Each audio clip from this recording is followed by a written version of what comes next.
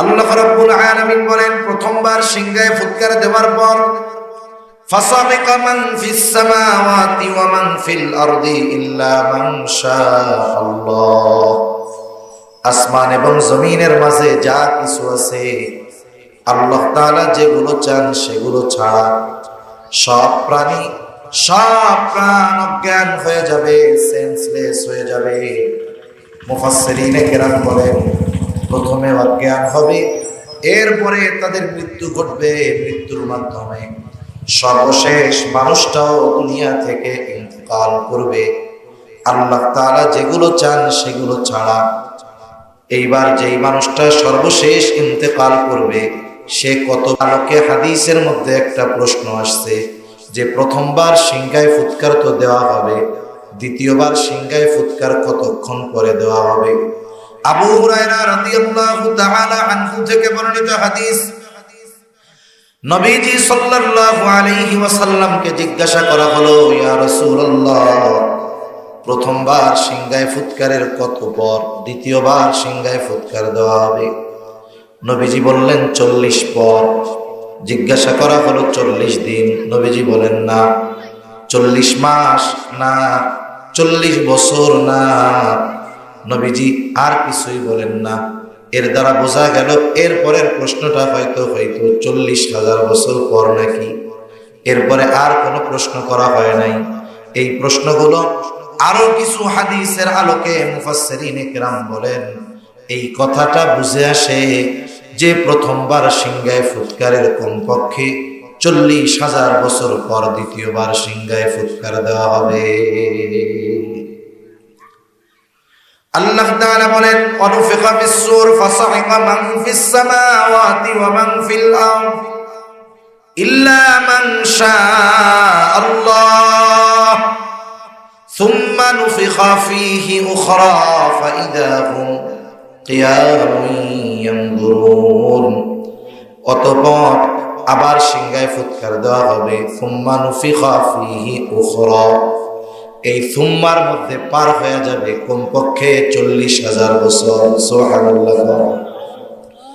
দ্বিতীয়বার সিংহায় ফুৎকারের পরে কি হবে? ফাইদা হুম কিয়ামুন ইয়ানজুরুন, যাকে যেখানে কবরস্থ করা হয়েছে প্রত্যেকে তার অবস্থান স্থল থেকে উঠে দাঁড়িয়ে যাবে, চারদিকে তাকিয়ে দেখতে থাকবে কি হচ্ছে অবস্থা। আল্লাহ তাআলা সূরা ইয়াসিনের মধ্যে আরেক জায়গায় বলেন, ওয়ানুফিখা ফিস-সূরি ফাইদা হুম মিনাল আজদাসি ইলা রাব্বিহিম ইয়ানসিলুন। আল্লাহ তাআলা বলেন, এখানে দ্বিতীয়বার সিংহায় ফুৎকার উদ্দেশ্য।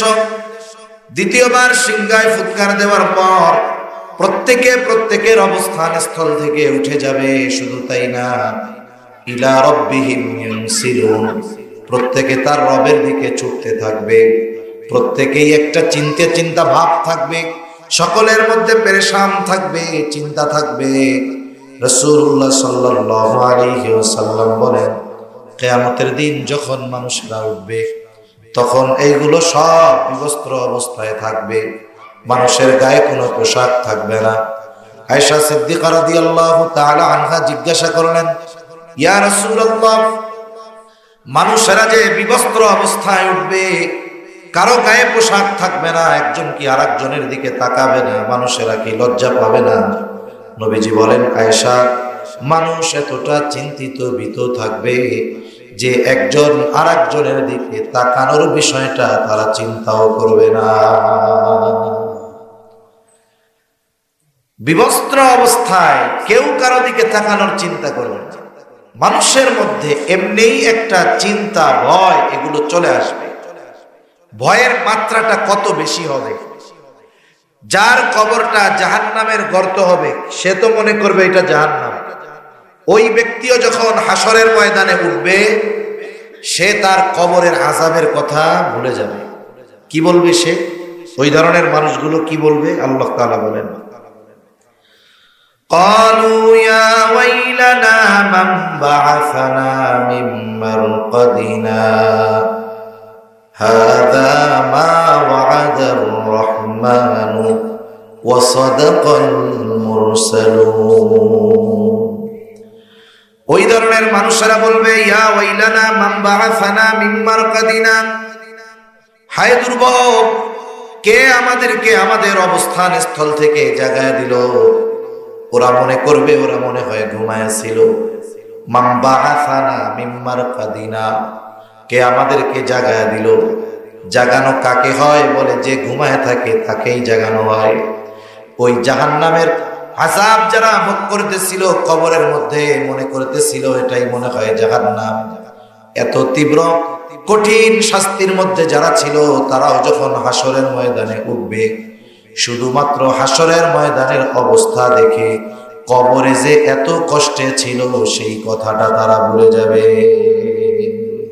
অগণিত দুরূদ ও সালাম সাইয়্যিদুল আম্বিয়া, আশরাফুল আম্বিয়া, খাতামুল আম্বিয়া, ইমামুল মুরসালিন, রাহমাতুল লিল আলামিন, শফিউল মুজনিবিন, মুহাম্মাদুর রাসূলুল্লাহ সাল্লাল্লাহু আলাইহি ওয়াসাল্লামের উপর আমি আপনাদের খেদমতে পবিত্র কোরআনুল কারীমের সূরা মুদ্দাসসির থেকে কয়েকটা আয়াত তিলাওয়াত করেছি। আল্লাহ তাআলার কাছে তৌফিক চাই, আল্লাহ তাআলা কিছু কথা আমাকে আপনাদের খেদমতে বলার তৌফিক দেন, যে কথাগুলো আমাদের সবার দুনিয়া এবং আখিরাতের জন্য কল্যাণকর হয়। সকলে বলি আমিন। সম্মানিত উপস্থিতি, এ দুনিয়াতে আমরা এক সময় কেউ ছিলাম না, এখন আছি, আবার কেউ থাকবো না।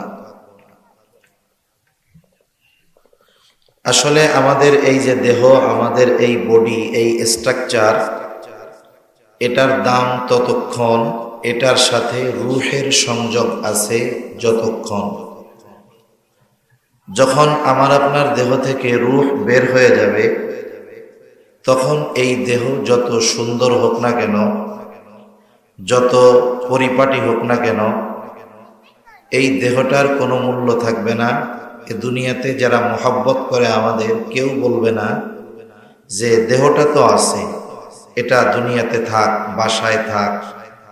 কেউ রাখবে না, এই দেহটাকে মাটির ভিতরে রেখে চলে আসবে। ঠিক কিনা বলুন? মনে করেন, বোঝানোর জন্য বলি আর কি, এখানে যারা আসছেন মাহফিলে, যাদের ঘরের মানুষেরা বাসায় আছে, অনেকে হয়তো বাসার থেকে চিন্তা করতেছে যে মাহফিল শুনে আসবে, রাত হবে, আবার ফজরের নামাজ পড়বে, বাসায় এসে যেন সাথে সাথে শুয়ে পড়তে পারে, এজন্য বিছানা পরিপাটি রেডি করে রাখতেছে। অথবা কারো হয়তো স্ত্রী, কারো সন্তান, কারো হয়তো বোন, ভাইয়ের জন্য বিছানা রেডি করে রাখছে, ভাই এসে শুয়ে পড়বে। স্বামী বিছানা রেডি, স্ত্রী বিছানা রেডি করে রাখছে, স্বামী এসে শুয়ে পড়বে। মেয়ে বিছানা রেডি করে রেখেছে যেন আব্বা এসে সাথে সাথে শুয়ে পড়তে পারে। আল্লাহ না করুন, এখান থেকে যদি ওই ব্যক্তির বাসায় ফিরে যাওয়া আর না হয়, সে যদি এখানেই ইন্তেকাল করে মারা যায়, তাহলে স্ত্রী, কন্যা, বোন এ কথা বলবে না যে আমার বাবা, আমার ভাই, আমার স্বামী, তাদের জন্যই তো বিছানাটা রেডি করছিলাম, আজকে রাত্রে দেহটা এই বিছানার উপরেই থাক। কি রাখবে? অথচ ওই বাড়িটা, ওই খাট, ওই ঘর, ওই চাদর সব আপনার টাকায় কেনা। তাহলে বোঝা গেল এই দেহটার দাম ততক্ষণ, দেহের সাথে রূহের সংযোগ আছে যতক্ষণ। আসলে আমরা মানুষ, আমাদের মূল হলো রূহ। এই রূহটা শুধু স্থান পরিবর্তন করে, রূহ অবিনশ্বর, রূহের কোনো ধ্বংস নাই। কেন ধ্বংস নাই? আল্লাহ তাআলার কালাম, আল্লাহ যেমন চিরন্তন, আল্লাহ তাআলার কথা এটাও চিরন্তন।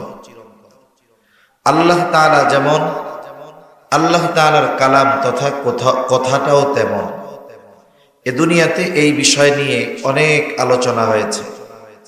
ইমাম আহমদ ইবনে হাম্বল রহমাতুল্লাহি আলাইহি, দুনিয়ার প্রসিদ্ধ 4 মাযহাবের একটি মাযহাব হলো হাম্বলি মাযহাব। হাম্বলি মাযহাবের ইমাম আহমদ রহমাতুল্লাহি আলাইহি, এই কোরআন এটা কি নশ্বর নাকি অবিনশ্বর, মানে কোরআন কি ধ্বংস হবে নাকি কোরআন চিরকাল চিরন্তন থাকবে, এই বিষয় নিয়ে একটা দল বের হয়েছিল যারা বলতে চায় পৃথিবী ধ্বংসের সাথে সাথে কোরআন ধ্বংস হয়ে যাবে। কিন্তু ইমাম আহমদ ইবনে হাম্বল বলছেন না, কোরআন ও অবিনশ্বর, এটা কখনো ধ্বংস হবে না। এজন্য তাকে বহুত অত্যাচার জুলুম সহ্য করতে হয়েছে। এখন রূহ কেন ধ্বংস হবে না? বলে রূহ ধ্বংস না হওয়ার কারণ হলো রূহটা হলো আল্লাহ তাআলার আদেশ, আল্লাহ তাআলার একটা অর্ডার, আল্লাহর একটা নির্দেশ। সুবহানাল্লাহ। তাহলে আমাদের মূল হলো রূহ। এই রূহের স্থানান্তরের সাথে সাথে একটা সময় আমরা এমন একটা অবস্থানে পৌঁছিয়ে যাব যেই অবস্থানটা আমাদের জন্য অনন্তকালের হবে। কেউ হবে অনন্তকাল জান্নাতের বাসিন্দা, কেউ হবে অনন্তকাল জাহান্নামের বাসিন্দা। এর আগে শুধু রূহটা কয়েকটা স্থান পরিবর্তন করে, রূহ ধ্বংস হয়ে যায় না। এই দেহ ধ্বংস হয়ে যাবে কিন্তু রূহ ধ্বংস হবে না, রূহ শুধু স্থান পরিবর্তন করবে।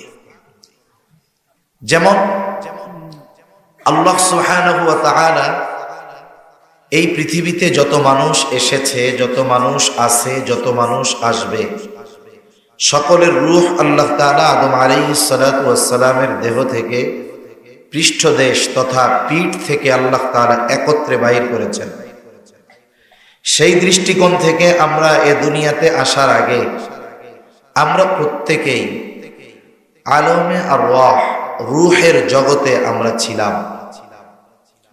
এরপরে ওখান থেকে আমরা এসেছি আলমে বতন, মায়ের পেটের মধ্যে কিছুদিন ছিলাম। ওখান থেকে আমরা এসেছি আলমে দুনিয়ায়। এখানেও নির্দিষ্ট মেয়াদের একটা সময় আমরা অবস্থান করব। যখন আমি আপনি মায়ের পেটের মধ্যে ছিলাম, ওই সময়ই এই দুনিয়াতে এই দেহের সাথে রূহের সংযোগ কতদিন হবে, কতদিন থাকবে, আল্লাহ তাআলা সব মায়ের পেটের মধ্যে থাকতেই নির্ধারিত করে দিয়েছেন। ওই সময়টা যখন শেষ হয়ে যাবে, আমি আপনি যতই সুস্থ থাকি না কেন এ দুনিয়াতে থাকতে পারবো না। ওই সময় আসার আগ পর্যন্ত আমি আপনি যতই অসুস্থ হই না কেন মরব না। আমাদের প্রত্যেকের একটা নির্ধারিত নির্দিষ্ট মেয়াদ আছে। আফসোসের বিষয় হলো ওই মেয়াদটা যদিও নির্দিষ্ট, তবে আমাদের অজানা, জানা নাই। এই যে একটা পানির বোতল, স্বাভাবিক এখানে যা লেখা থাকে, উৎপাদনের তারিখ, মেয়াদ, ব্যাচ নং, উৎপাদনের তারিখ সাথে সাথে মেয়াদ লেখা থাকে। এই বোতলটার পানির মেয়াদ কোন দিন শেষ হবে আমরা দেখতে পারতেছি, দেখে শুনে এটার ব্যবহার করতে পারতেছি।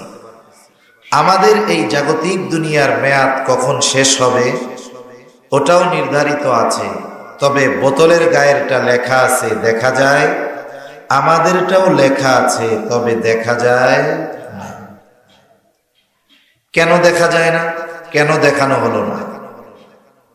বুজুর্গানে দিন বলেন একটা কারণ হতে পারে যে যেহেতু মেয়াদ আমাদের অজানা, সেহেতু কোন সময় মৃত্যু চলে আসে বলা যায় না।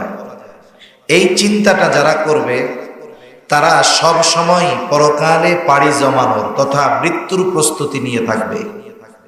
যেহেতু মৃত্যু কখন চলে আসে বলা যায় না, কিন্তু যদি মেয়াদ জানা থাকতো যে আমার মৃত্যু অমুক সালের অমুক তারিখে ওই কয়টায়, কমপক্ষে ওর আগ পর্যন্ত এই সময়ে যা আমরা ইবাদত করি তাও করতাম না। 1-2 দিন আগে প্রস্তুতি নিয়ে এরপরে ইবাদত করতে বসতাম, বাকি জীবন যা চাই তাই মনে করতাম। এজন্য মৃত্যুটা অনির্দিষ্ট রাখার অন্যতম কারণ আমরা যেন নিজেদেরকে সব সময় মৃত্যুর জন্য প্রস্তুত রাখি। কিন্তু আফসোস, আমরা যদি আমাদের নিজেদেরকে প্রশ্ন করি যে আসলেই কি আমরা আমাদেরকে মৃত্যুর জন্য সর্বদা প্রস্তুত রাখতে পেরেছি, যদি উত্তর হয় হ্যাঁ, তাহলে তো সে সৌভাগ্যবান ব্যক্তি। আর যদি আমাদের উত্তর হয় যে না, আমরা এখনো পরকালের জন্য, মৃত্যুর জন্য নিজেকে পরিপূর্ণভাবে প্রস্তুত করে তুলতে পারি নাই, তাহলে আমাদের উচিত মৃত্যু আসার আগেই যথাযথভাবে পরকালের জন্য নিজেদেরকে গড়ে তোলা, পরকালের পাথেয় এই দুনিয়া থেকেই অর্জন করা। কারণ দুনিয়ার হায়াত বড় কম, কিন্তু হায়াতের দাম বড় বেশি। এই দুনিয়ার অল্প দিনের হায়াত, 50, 60, 70 বছরের হায়াত যে কাজে লাগাবে সে অনন্তকাল সুখ স্বাচ্ছন্দ্যের মধ্যে থাকবে। আবার যেই এই অল্প কয়েকদিনের হায়াত একেবারে যা মন চায় সেভাবে কাটাবে, তার হয়তো কপাল পোড়া যদি হয় অনন্তকাল তার কষ্টের মধ্যে থাকতে হবে। এজন্য দেখেন পরীক্ষার হলে সময় কম, কিন্তু ওই 3 ঘন্টা সময়ের দাম কম না বেশি? দুনিয়ার হায়াত সময় কম, বলেন এই সময়ের দাম কম না বেশি? এজন্য মাঝে মধ্যে আমরা আত্মজিজ্ঞাসা করব, আত্মজিজ্ঞাসা নিজের কাছে নিজে প্রশ্ন করব যে আমি নিজেকে নিজে প্রস্তুত করতে পেরেছি কিনা। এজন্য বুজুর্গানে দিন, হক্কানি পীর মাশায়েখগণ তার মুরিদদেরকে সবকগুলো দেওয়ার সময় কিছু কথা বলেন। এর মধ্যে একটা বলেন মুশাহাদা করবা, মুরাকাবা করবা, মুহাসাবা করবা। মুহাসাবা কি? বলে নিজের সাথে নিজে হিসাব করবা, জীবনের দৈনিকের হিসাব করবা।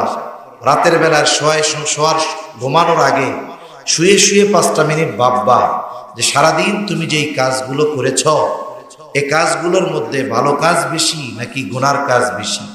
এবার একটু হিসাব করো যে আজকের দিনে তোমার গুনাহ বেশি হলো নাকি সওয়াব বেশি হলো।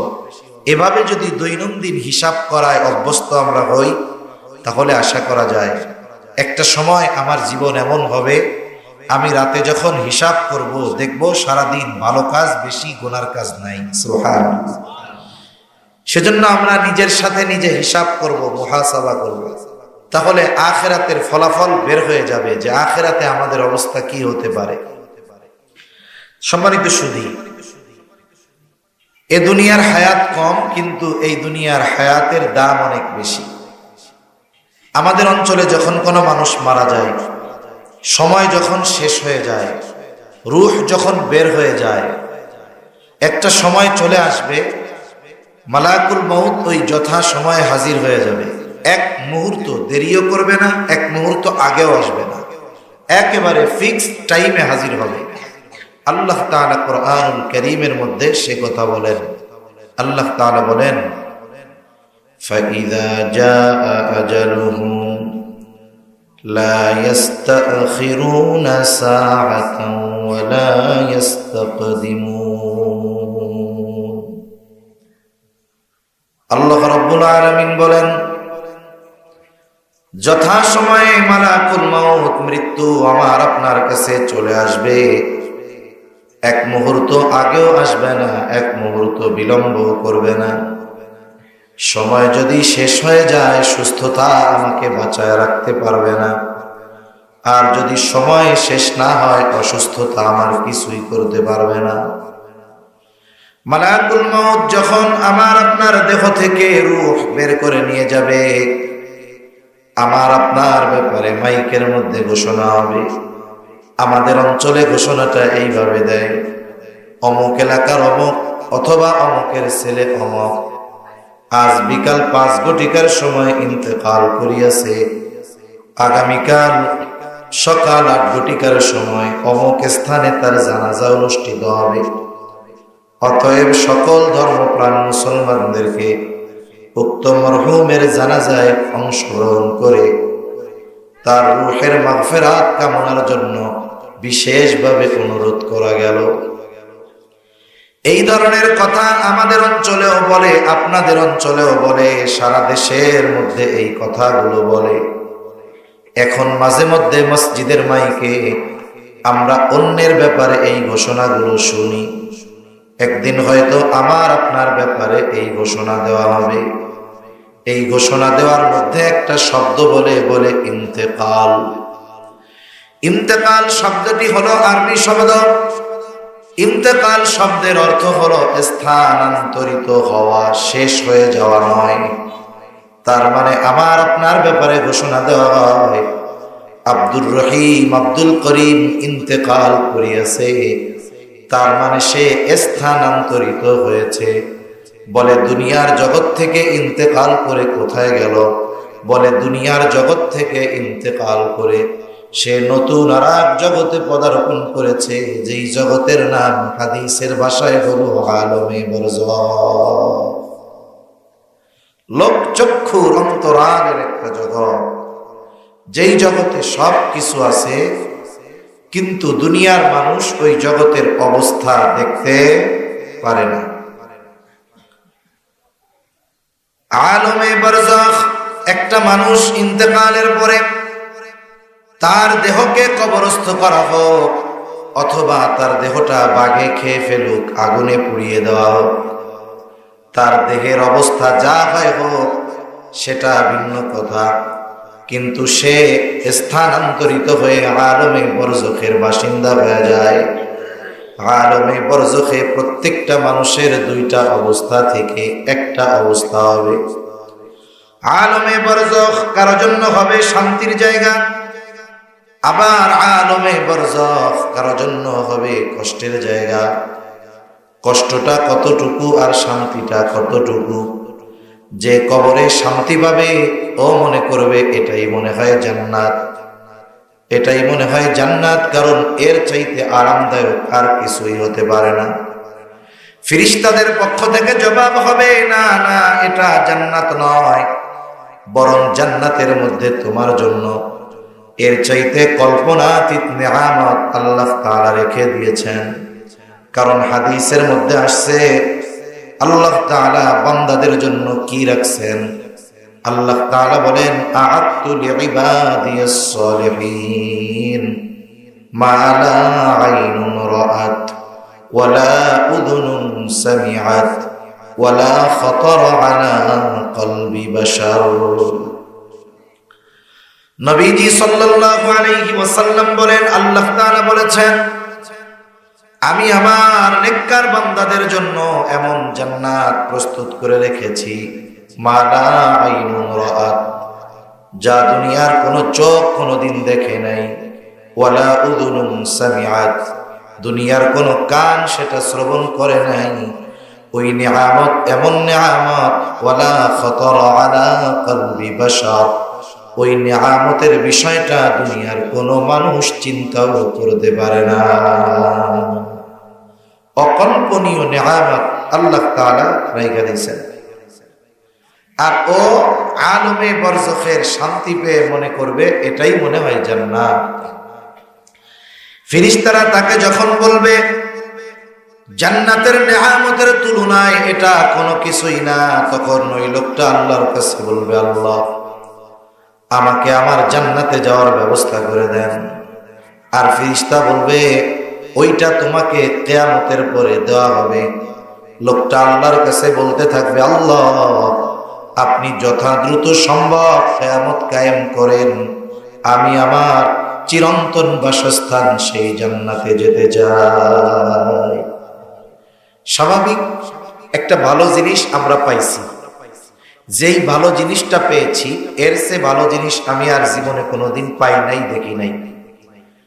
কিন্তু এরপরে আমি জানতে পারলাম বিশ্বস্ত সূত্রে যে এইটাই ভালোর শেষ না, এর চাইতে কল্পনাতীত ভালো জিনিস আমার জন্য আছে।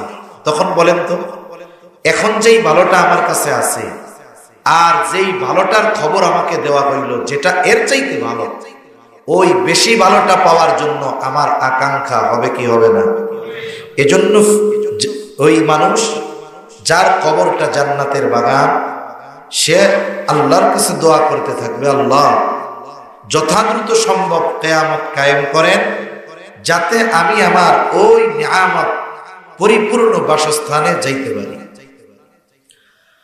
আবার যার কবরটা জাহান্নামের গর্ত হবে, কারণ হাদিসের মধ্যে আসছে কারো কবর হবে তথা কারো আলমে বরজখের অবস্থা এমন হবে, রাউদাতুম মিন রিয়াদিল জান্নাহ, তার ওই কবরটা হবে জান্নাতের বাগান। আর কারো কবরটা হবে জাহান্নামের একটা গর্ত। যার কবরটা জাহান্নামের গর্ত হবে তথা যার আলমে বরজখটা কষ্টের হবে, অবস্থাটা কেমন হবে? ওই কষ্টে পড়ে সে কেমন যেন মনে করবে এটাই জাহান্নাম, এর চাইতে কষ্টের আর কোনো কিছুই হতে পারে না। এইবার ফেরেশতারা তাকে বলবে, না না, এটা জাহান্নাম নয়, বরং জাহান্নামের শাস্তির তুলনায় এটা কোনো কিছুই নয়। তোমাকে তো ওই জাহান্নামের মধ্যে দেওয়া হবে কিয়ামতের পরে। একটা মানুষ সাধারণ অবস্থায় বড় কষ্টে আছে, সে মনে করতেছে এর চাইতে আর বেশি কষ্টের আর কোনো কিছু নাই। যখন তাকে ওই কষ্টের চাইতে অগণিত গুণ বেশি কষ্টের খবর দেওয়া হবে, ওইটার ভয়ে বর্তমান কষ্টটা তার কাছে সাধারণ মনে হবে। শুধুমাত্র জাহান্নামের খবর তাকে দেওয়া হবে যে কিয়ামতের পরে এইরকম জাহান্নামে তোমাকে দেওয়া হবে, ওইটার ভয়ে এই চলমান কষ্টটা সে বলবে, আল্লাহ আপনি কিয়ামত কায়েম করেন না। যতই বলুক কিয়ামত কায়েম কইরেন না, আল্লাহ তাআলা তো কিয়ামত কায়েম করবে। আমাদের সকলকেই একটা না একটা সময় আলমে বরজখের বাসিন্দা হতেই হবে। আলমে বরজখে আমাদের থাকতে হবে দীর্ঘকাল, তবে অনন্তকাল নয়। কত বছর থাকবো? তাফসীরের আলোকে এই কথাটা জানা যায়, যেই ব্যক্তি সর্বশেষ এই দুনিয়া থেকে আলমে বরজখের বাসিন্দা হবে, ওই ব্যক্তিও কমপক্ষে 40,000 বছর আলমে বরজখের বাসিন্দা হিসাবে থাকবে। আমাদের হিসাব কত জানি না, তবে যেই ব্যক্তি সর্বশেষ দুনিয়া থেকে ইন্তেকাল করবে, সেও কমপক্ষে কত হাজার বছর? 40,000 বছর। আল্লাহ তাআলা কোরআনুল কারীমের মধ্যে জানিয়ে দেন, একটা সময় এই দুনিয়াতে মানব সভ্যতার ইতি ঘটবে, মানব জাতির অবসান ঘটবে প্রথমবার সিংহায় ফুৎকারের মাধ্যমে। আল্লাহ তাআলা বলেন, وَنُفِخَ فِي الصُّورِ فَصَعِقَ مَنْ فِي السَّمَاوَاتِ وَمَنْ فِي الْأَرْضِ إِلَّا مَنْ شَاءَ اللَّهُ ثُمَّ نُفِخَ فِيهِ أُخْرَى فَإِذَا هُمْ قِيَامٌ يَنظُرُونَ। আল্লাহ রাব্বুল আলামিন বলেন, প্রথমবার সিংহায় ফুৎকার দেওয়ার পর فَصَعِقَ مَنْ فِي السَّمَاوَاتِ وَمَنْ فِي الْأَرْضِ إِلَّا مَنْ شَاءَ اللَّهُ। আসমান এবং জমিনের মাঝে যা কিছু আছে, আল্লাহ তাআলা যেগুলো চান সেগুলো ছাড়া সব প্রাণী, সব প্রাণ অজ্ঞান হয়ে যাবে, সেন্সলেস হয়ে যাবে। মুফাসসিরিনে কেরাম বলেন, প্রথমে অজ্ঞান হবে, এরপরে তাদের মৃত্যু ঘটবে, মৃত্যুর মাধ্যমে সর্বশেষ মানুষটাও দুনিয়া থেকে ইন্তেকাল করবে, আল্লাহ তাআলা যেগুলো চান সেগুলো ছাড়া। এইবার যেই মানুষটা সর্বশেষ ইন্তেকাল করবে, সে কত আলোকে হাদিসের মধ্যে একটা প্রশ্ন আসছে যে প্রথমবার সিংহায় ফুৎকার তো দেওয়া হবে, দ্বিতীয়বার সিংহায় ফুৎকার কতক্ষণ পরে দেওয়া হবে? আবু হুরায়রা রাদিয়াল্লাহু তাআলা আনহু থেকে বর্ণিত হাদিস, নবীজি সাল্লাল্লাহু আলাইহি ওয়াসাল্লামকে জিজ্ঞাসা করা হলো, ইয়া রাসূলুল্লাহ, প্রথমবার সিংহায় ফুৎকারের কত পর দ্বিতীয়বার সিংহায় ফুৎকার দেওয়া হবে? নবীজি বললেন 40 পর। জিজ্ঞাসা করা হলো 40 দিন। নবীজি বলেন না। 40 মাস না, 40 বছর না। নবীজি আর কিছুই বলেন না। এর দ্বারা বোঝা গেল এরপরের প্রশ্নটা হয়তো 40,000 বছর পর নাকি। এরপরে আর কোনো প্রশ্ন করা হয় নাই। এই প্রশ্নগুলো আরো কিছু হাদিসের আলোকে মুফাসসিরিনে কেরাম বলেন, এই কথাটা বুঝে আসে যে প্রথমবার সিংহায় ফুৎকারের কমপক্ষে 40,000 বছর পর দ্বিতীয়বার সিংহায় ফুৎকার দেওয়া হবে। আল্লাহ তাআলা বলেন, ওয়ানুফিখা ফিস-সূর ফাসাইকা মান ফিস-সামাওয়াতি ওয়া মান ফিল-আরদ ইল্লা মান শাআল্লাহ সুম্মা নুফিখা ফীহি উখরা ফাইদা হুম কিয়ামুন ইয়ানজুরুন, অতঃপর আবার সিংহায় ফুৎকার দেওয়া হবে। সুম্মা নুফিখা ফীহি উখরা, এই সুম্মার মধ্যে পার হয়ে যাবে কমপক্ষে 40,000 বছর। সুবহানাল্লাহ। দ্বিতীয়বার সিংহায় ফুৎকারের পরে কি হবে?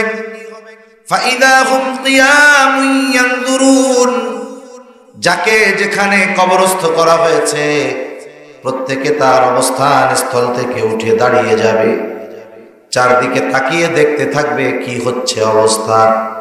আল্লাহ তাআলা সূরা ইয়াসিনের মধ্যে আরেক জায়গায় বলেন, ওয়া নুফিখা ফিস সূরি ফাইদা হুম মিনাল আজদাসি ইলা রাব্বিহিম ইয়ানসিলুন। আল্লাহ তাআলা বলেন, এখানে দ্বিতীয়বার সিংহায় ফুৎকার উদ্দেশ্য।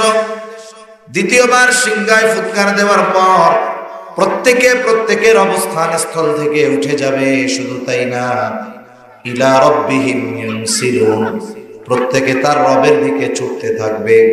প্রত্যেকেই একটা চিন্তা ভাব থাকবে, সকলের মধ্যে পেরেশান থাকবে, চিন্তা থাকবে। রাসূলুল্লাহ সাল্লাল্লাহু আলাইহি ওয়াসাল্লাম বলেন, কিয়ামতের দিন যখন মানুষরা উঠবে তখন এইগুলো সব বিবস্ত্র অবস্থায় থাকবে, মানুষের গায়ে কোনো পোশাক থাকবে না।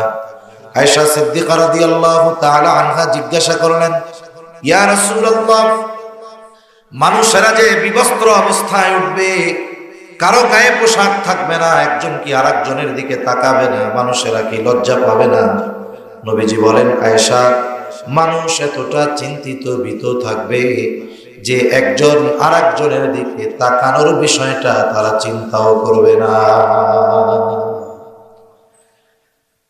বিবস্ত্র অবস্থায় কেউ কারো দিকে তাকানোর চিন্তা করবে না। মানুষের মধ্যে এমনিই একটা চিন্তা, ভয়, এগুলো চলে আসবে। ভয়ের মাত্রাটা কত বেশি হবে! যার কবরটা জাহান্নামের গর্ত হবে সে তো মনে করবে এটা জাহান্নাম।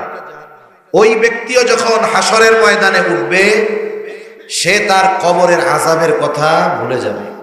কি বলবে সে? ওই ধরনের মানুষগুলো কি বলবে? আল্লাহ তাআলা বলেন,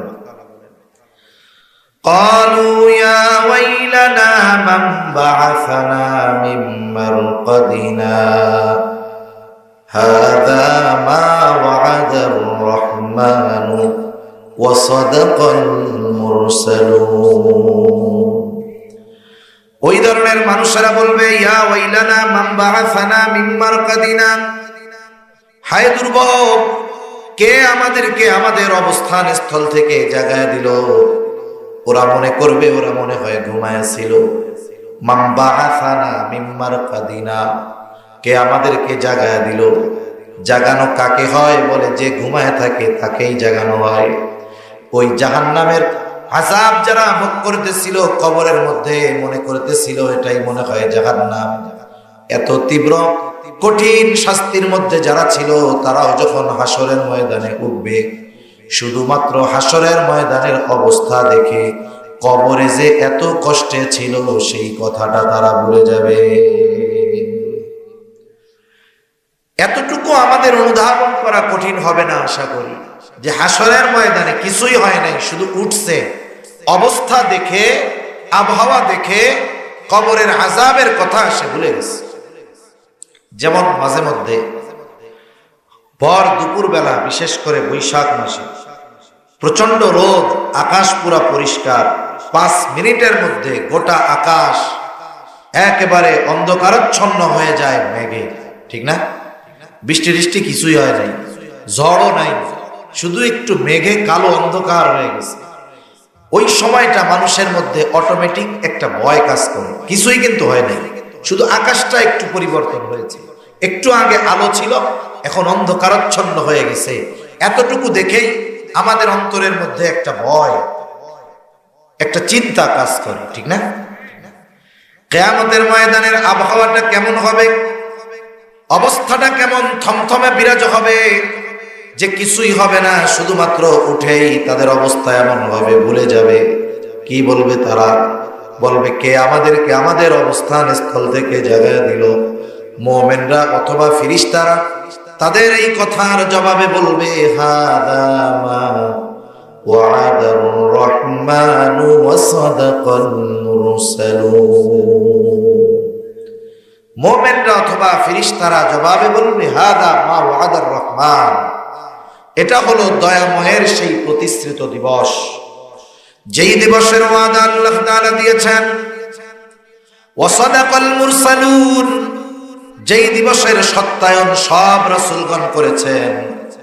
দুনিয়ায় কোনো নবী নাই, রাসূল নাই যারা তার উম্মতদেরকে কিয়ামতের দিবসের কথা বলে নাই, হাসরের কথা বলে নাই, হিসাবের কথা বলে নাই। সব নবী রাসূল তার উম্মতদেরকে এই দিবসের কথা বলেছে। আল্লাহ তাআলা এই দিবস সংগঠিত করার ওয়াদা দিয়েছেন, রাসূলগণ সেটার সত্যায়ন করেছে। এটাই হলো সেই দিবস, যেই দিবসের এক নাম হলো ইয়াউমুল কিয়ামা, যেই দিবসের এক নাম হলো ইয়াউমুল জাযা, যেই দিবসের এক নাম হলো ইয়াউমুল হাসর, যেই দিবসের এক নাম হলো ইয়াউমুদ্দিন। এই দিবস একত্রিতকরণ দিবস। পৃথিবীর শুরু থেকে নিয়ে সব মানুষকে ওই দিন আল্লাহ তাআলা একত্রিত করবেন। ওই দিবসের এক নাম হলো ইয়াউমুল হিসাব, কারণ ওই দিবসে আল্লাহ তাআলা সকলের হিসাব নেবেন। ওই দিবসের নাম ইয়াউমুল জাযা, প্রতিদান দিবস। কেন? বলে দুনিয়ার মানুষের তার কর্মের পূর্ণ প্রতিদান আল্লাহ তাআলা ওই জায়গায় দিবে। এজন্য মাঝে মধ্যে বুজুর্গানে দিন বলে না, দুনিয়া হলো পরীক্ষার জায়গা, ফলাফল তো আসল জায়গায় হবে। দুনিয়াতে যে যেমন লিখছে তার ফলাফল আখিরাতে ওরকমই হবে। আল্লাহ রাব্বুল আলামিন বলেন ওয়া ইন্নামা তুওয়াফাউনা উজুরাকুম ইয়াওমাল কিয়ামাহ ফামান যুহজিহা আনিন নার ওয়া উদখিলাল জান্নাতা ফাকাদ ফাজ। আল্লাহ রাব্বুল আলামিন বলেন কিয়ামতের দিন মানুষকে তার দুনিয়ার কর্মের পূর্ণ প্রতিদান দেওয়া হবে। ওয়া ইন্নামা তুওয়াফাউনা উজুরাকুম ইয়াওমাল কিয়ামাহ ফামান যুহজিহা আনিন নার ওয়া উদখিলাল জান্নাতা ফাকাদ ফাজ। যাকে ওই দিন আগুন থেকে বাঁচানো হবে, অর্থাৎ যাকে জাহান্নাম থেকে বাঁচানো হবে, জান্নাতে প্রবেশ করানো হবে, আল্লাহ তাআলা বলেন ফাকাদ ফাজ, ওই লোকটাই হবে আসল সফল লোক। তার মানে এই বিষয়টাও আমাদের খেয়াল রাখার দরকার। দুনিয়ার টাকা পয়সা, ধন দৌলত, প্রভাব প্রতিপত্তি, সুস্থতা, বড় পদ পদবি এটা আসল সফলতা নয়। যদি কোনো মানুষ কিয়ামতের দিন নাজাত পেয়ে যায়, ও হয়ে যাবে আসল সফল। আর যদি দুনিয়াতে যারা এগুলো পেয়েছে আখিরাতে সফল হতে পারলো না, এর মতো ব্যর্থ আর কেউ নাই। এজন্য আমরা তো দুনিয়ার সফলতার চেষ্টা প্রচেষ্টা করি, আমাদের উচিত আখিরাতের সফলতার চেষ্টা প্রচেষ্টাও এই দুনিয়াতে গুরুত্ব সহকারে করা, যাতে করে আখিরাতে আমাদের বিফলদের তালিকায় না যেতে হয়। ঠিক কিনা বলেন? দুনিয়াতে কেউ যদি ফেল হয়, একটা প্রবাদ আছে ইংরেজিতে, failure is the pillar of success, নাকি এরকম একটা প্রবাদ আছে না? দুনিয়াতে কেউ যদি কোনো বিষয়ে ফেল হয়, ওই ফেলটাকে সে সামনে রেখে পরবর্তীতে সফলতার বীজ বপন করতে পারে। কিন্তু আখিরাতে যে বিফল হবে, ফেল হবে, বলেন তো পুনরায় সফলতা অর্জনের চেষ্টা প্রচেষ্টা করার সুযোগ তার কি আর আছে? তার নাই।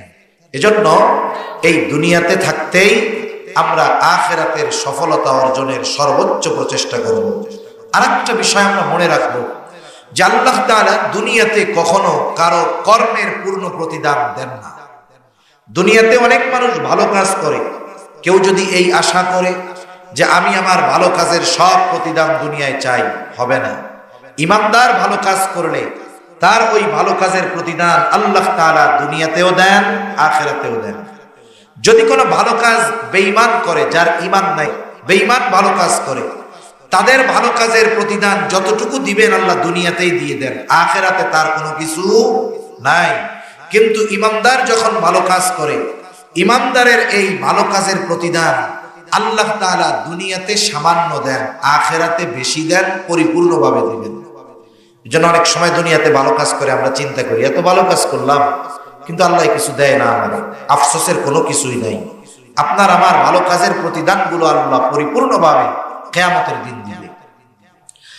আবার দুনিয়াতে যারা মন্দ কাজ করে, জালেম, জুলুম করে, অত্যাচার করে, আমরা আফসোস করি আহারে জালেম গুলা হায়াত পায় বেশি, জালেম গুলা সহজে অসুস্থ হয় না, এইগুলা সহজে অসুস্থ হয় না, মরেও না। এখন কেন? আল্লাহ তাআলা দুনিয়ায় অনেক সময় জালেমদেরকে জুলুম করার সুযোগ দেন, পাপীদেরকে পাপ করার সুযোগ দেন। কেন দেন? বলে ও যত পাপ করবে শাস্তির মাত্রা আল্লাহ তত বাড়াবে। একজন যদি একতলা থেকে পড়ে যায়, মোটামুটি শক্তপোক্ত হলে কিছুই হবে না। ওই লোকটা যদি 10 তলা থেকে পড়ে, বলেন তো ওর অস্তিত্ব থাকবে নাকি? আলু ভর্তা হয়ে যাবে না? এই জন্য একজন জালেম যখন জুলুম পাপ বাড়তে থাকে, তার বুঝবেন এই জুলুম বাড়ার সাথে সাথে তার শাস্তির পরিমাণও আল্লাহ তাআলা বাড়াচ্ছেন।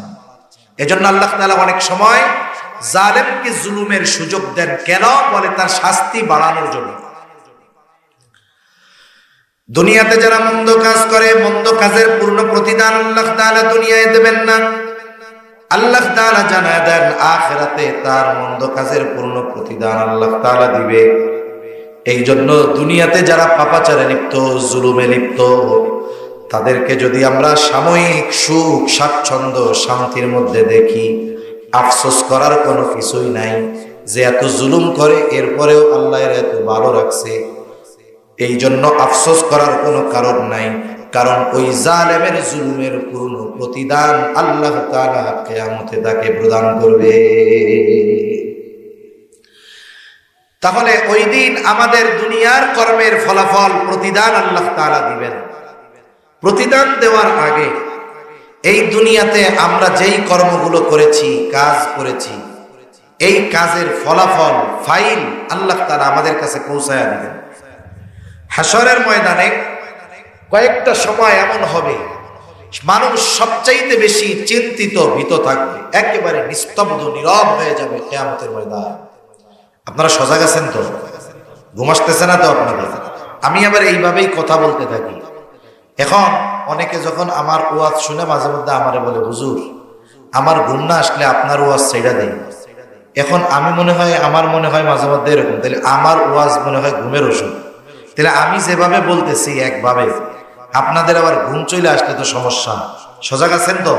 একটু তাকবীর দেন তো, নারায়ে তাকবীর, নারায়ে তাকবীর। মাশাআল্লাহ, একটু খেয়াল দিয়ে আসুন। হাশরের ময়দানে কয়েকটা মুহূর্তে, কয়েকটা সময় মানুষ একেবারে নিস্তব্ধ থাকবে, কোনো কথা হবে না, সকলে চিন্তিত থাকবে, ভীত থাকবে, কি হতে যাচ্ছে। এর মধ্যে একটা সময় হলো যখন আমলনামা দেওয়ার ঘোষণা দেওয়া হবে। আমার আপনার দুনিয়ার কর্মের যেই আমল ফাইল, সেটা আমার আপনার কাছে পৌঁছায় দেওয়া হবে। পরীক্ষার ফলাফল আমার আপনার কাছে পৌঁছায় দেওয়া হবে। আমলনামা কেউ ডান হাতে পাবে, কেউ বা বাম হাতে পাবে, কিন্তু কে কোন হাতে পাবে এটা নিজের ইচ্ছায় নয়, বরং কে ডান হাতে আমলনামা পাবে, কে বাম হাতে আমলনামা পাবে, সেটা নির্ভর করবে তার দুনিয়ার কর্ম। আমলনামাগুলো ছেড়ে দেওয়া হবে যথাযথভাবে, যার আমলনামা তার কাছেই পৌঁছায়া যাবে। কেউ বা ডান হাতে আমলনামা পাবে, কেউ বাম হাতে আমলনামা পাবে। ডান হাতে যে আমলনামা পাবে সে আনন্দিত হয়ে যাবে, খুশি হয়ে যাবে। কতটা খুশি হবে আল্লাহ তাআলা কোরআনুল কারীমের মধ্যে বলেন, ওয়া আম্মা মান উতিয়া কিতাবাহু বিয়ামিনি ফায়াকুলু হাউমু ইকরাউ কিতাবিয়া ইন্নী যালামতু আন্নী মুলাকিন হিসাবিয়া। ডান হাতে আমলনামা যে পাবে, ফাআম্মা মান উতিয়া কিতাবাহু বিয়ামিনি ফায়াকুলু হাউমু ইকরাউ কিতাবিয়া। ডান হাতে আমলনামা পেয়ে সে মানুষদেরকে বলতে থাকবে, এই তো আমার কিতাব, এই তো আমার আমলনামা, তোমরা পড়ে দেখো আমার আমলনামা, আমি কি কি আমল করেছিলাম। ফায়াকুলু হাউমু ইকরাউ কিতাবিয়া, তোমরা পড়ো আমার কিতাব, পড়ো আমার আমলনামা। সাথে সাথে সে ডান হাতে আমলনামা পাবার কারণটাও বলে দিবে। কেন সে ডান হাতে আমলনামা পেল? সে বলবে ইন্নী যানানতু আন্নী মুলাকিন হিসাবিয়া। আমি ডান হাতে আমলনামা পাওয়ার কারণ হলো আমি দুনিয়াতে এই ব্যাপারে দৃঢ় ধারণা রাখতাম, বিশ্বাস রাখতাম যে আমার দুনিয়ার কর্মের হিসাবের মুখোমুখি আল্লাহর সামনে হওয়া লাগবে। আমি দুনিয়াতে এই বিশ্বাস করেছি যে আমি যেই কর্মগুলো দুনিয়াতে করছি এই কর্মের হিসাবের মুখোমুখি আল্লাহর সামনে হওয়া লাগবে। এই দুনিয়ার কর্ম মানুষের সামনে হয়তো আমার জবাবদিহিতা নাও দেওয়া লাগতে পারে, কেউ আমাকে হয়তো আমার ক্ষমতার কারণে জিজ্ঞাসা নাও করতে পারে, আমি হয়তো অনেক অপরাধ করতে পারি, দুনিয়ায় পার পেয়ে যেতে পারি, কিন্তু আল্লাহ তাআলার সামনে আমার দুনিয়ার প্রত্যেকটা কর্মের হিসাব দেওয়া লাগবে। আল্লাহর কসম, এই চিন্তা যদি দুনিয়ার প্রত্যেকটা মানুষের অন্তরে আসতো, এই দুনিয়ায় কোনো জালেম থাকতো না। ঠিক কিনা কও? এই চিন্তা কারোর মধ্যে নাই। সবাই মনে করে দুনিয়াই মনে হয় আমার সব, দুনিয়াই মনে হয় শেষ। কেউ যদি চিন্তা করত, গোটা পৃথিবীর সব শাসকরা যদি চিন্তা করত যে মরতে তো আমাদের হবেই, আমি যা করতেছি লোক জানুক আর না জানুক, আমি যা করতেছি আমার পাওয়ারের কারণে আমাকে ধরা হোক বা না হোক, কিন্তু এক জায়গায় তো ধরা পড়তে হবে। এই চিন্তা যতক্ষণ না আসবে, আল্লাহর কসম করে বললে ভুল হবে না, এই দুনিয়ায় যত force, police, answer, RAB, BGB, নৌবাহিনী, সেনাবাহিনী, বিমান বাহিনী, চিতা, কোবরা যা বানানো হোক না কেন, এ দুনিয়া থেকে অপরাধ নির্মূল করা সম্ভব হবে না, অসম্ভব। এজন্য আমাদের উচিত প্রত্যেকের এই চিন্তা রাখা যে আমি যেই কাজটা করতেছি আমি দুনিয়ার ফাঁক ফকর দিয়ে বের হয়ে যেতে পারবো, কিন্তু আল্লাহ তাআলার সামনে থেকে বের হওয়ার কোনো উপায় নাই। ওই কথাই বলবে ডান হাতে আমলনামা পাওয়া লোকগুলো, বলবে আমরা দুনিয়ায় এই বিশ্বাস রাখতাম যে দুনিয়ার কর্মের হিসাবের মুখোমুখি আমার হওয়া লাগবে, আল্লাহর সামনে আমার দুনিয়ার কর্মের হিসাবের মুখোমুখি হতে হবে, এই জন্য দুনিয়ায় ভালো কাজ করছি। আর আমলনামা কোন হাতে? জোরে বলেন, ডান হাতে। আবার একদল বাম হাতে আমলনামা পাবে। যারা বাম হাতে আমলনামা পাবে, সামনাসামনি তাদেরকে বাম হাতে আমলনামা দেওয়া হবে না, বাম হাতটাকে বুক চিরে পেছন দিকে নেওয়া হবে, এরপরে বাম হাতের মধ্যে আমলনামা দেওয়া হবে। ওই মানুষগুলো আমলনামা পাবার পর কি বলবে? আল্লাহ তাআলা বলেন, ওয়া আম্মা মান উতিয়া কিতাবাহু বিশিমালিহি ফায়াকুলু ইয়া লাইতানি লাম উতা কিতাবিয়া ওয়া লাম আদরি মা হিসাবিয়া ইয়া লাইতাহা কানাতিল কাদিয়া মা আগনা আন্নি মালিয়া হালাকা আন্নি সুলতানিয়া। বাম হাতে আমলনামা পাবার পর আফসোস করবে আর বলবে, ইয়া লাইতানি লাম উতা কিতাবিয়া, হায় দুর্ভোগ, আমি যদি এই কিতাব না পাইতাম কতই না ভালো হইতো। ওয়ালাম আদরি মা হিসাবিয়া, আমি যদি আমার হিসাবটা না জানতাম কতই না ভালো হইতো। ইয়া লাইতাহা কানাতিল কাদিয়া মা আগনা আন্নি মালিয়া হালাকা আন্নি সুলতানিয়া। কানাতিল কাদিয়া, ওই যে প্রথমবার দুনিয়ায় থাকতে যেই মৃত্যু আমাকে গ্রাস করেছিল, ওটাই যদি আমার জন্য চূড়ান্ত ধ্বংস হয়ে যাইত কতই না ভালো হইতো। হায় রে, আমার এই ক্ষমতা, আমার এই টাকা, আমার এই সম্পদ, এগুলো কোনো কাজে আসলো না। মা আগনি আন্নি মালিয়া, মা আগনা আন্নি মালিয়া, হায় রে, আমার টাকা, আমার সম্পদ, আমার প্রভাব আমার কোনো কাজে আসলো না, আমার ক্ষমতা কোনো কাজে আসলো না, বরং আমার সম্পদ, আমার ক্ষমতা, আমার প্রভাব প্রতিপত্তি, আমার টাকা পয়সা, এইগুলোই মূলত আমার ধ্বংসের কারণ হয়ে গেল।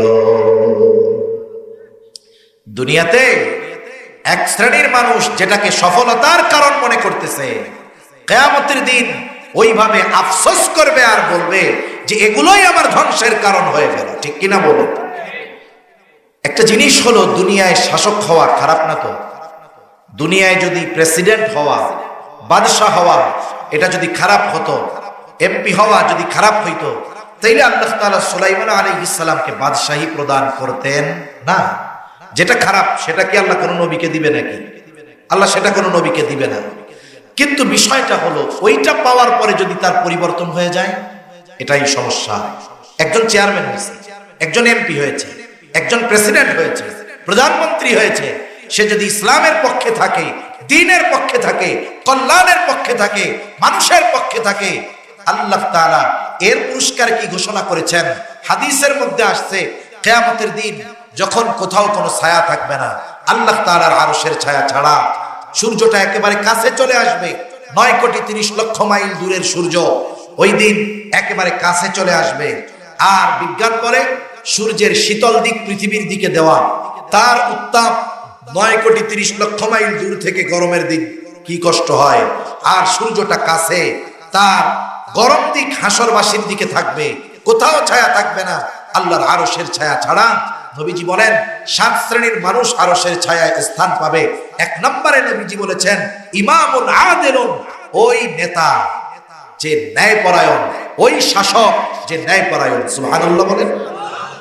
এদের জন্য পুরস্কারের ঘোষণা আছে না নাই? আছে। এজন্য ন্যায়পরায়ণ শাসক হওয়ার দরকার। কেউ যদি ক্ষমতা পায়, সেটা চেয়ারম্যানই হোক, সেটা এমপি হোক, উপজেলা চেয়ারম্যান হোক, প্রধানমন্ত্রী হোক, মন্ত্রী হোক, সে তার জায়গা থেকে সর্বোচ্চ চেষ্টা যদি করে মানুষের জন্য, দ্বীনের জন্য, ইসলামের জন্য, এই বিষয়টা পরকালে তার সম্মানের কারণ হতে পারে। তা আসলে না বললেই নয়, আমি ওয়াজের মধ্যে কোনো ব্যক্তি প্রশংসা সহজে করি না।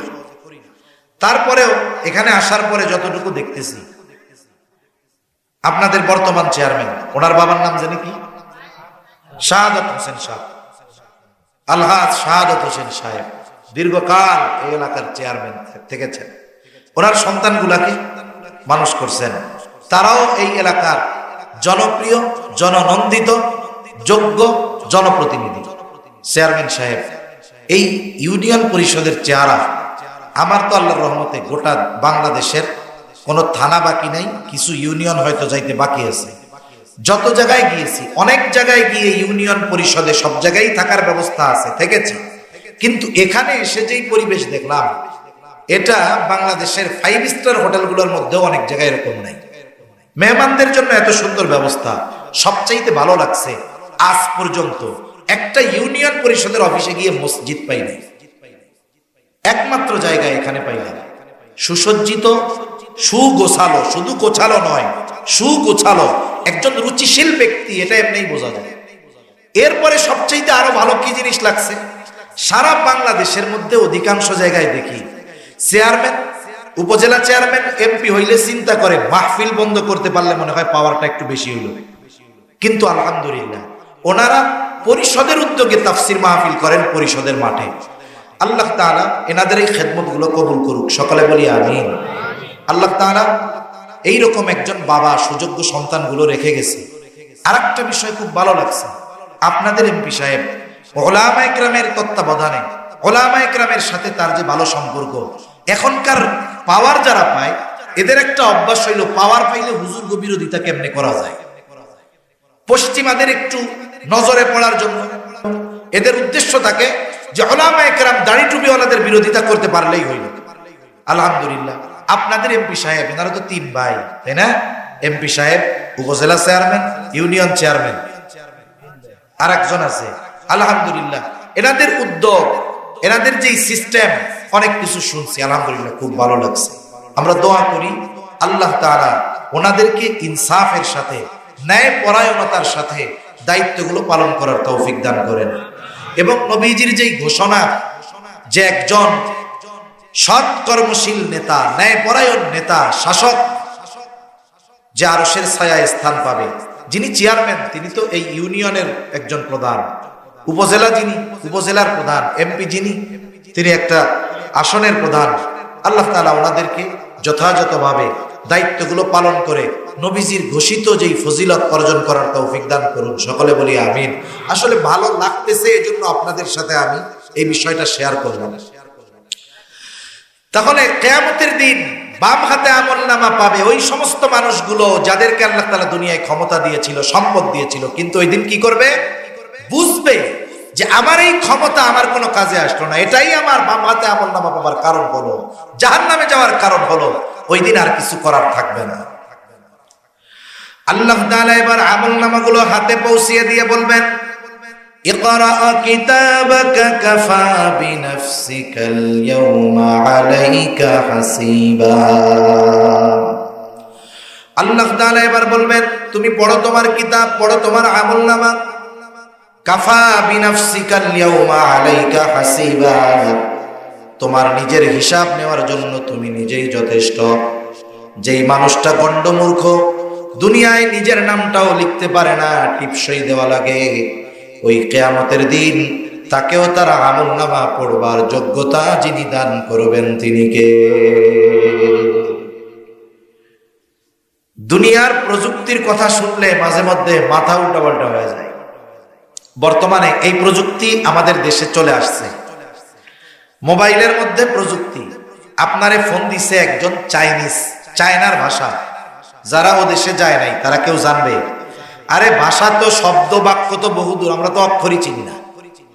এখন আপনারে ফোন দিছে চায়না থেকে, আপনিও তার কথা বুঝবেন না, সেও আপনার কথা বুঝবে না। মোবাইলের মধ্যে সফটওয়্যার আছে, আপনি অন করে দিবেন, ও যে কথাগুলো বলবে চায়না ভাষায়, আপনি দিবেন চায়না টু বাংলা, সাথে সাথে ওর কথাগুলো আপনার সামনে বাংলায় লেখা উঠে যাবে।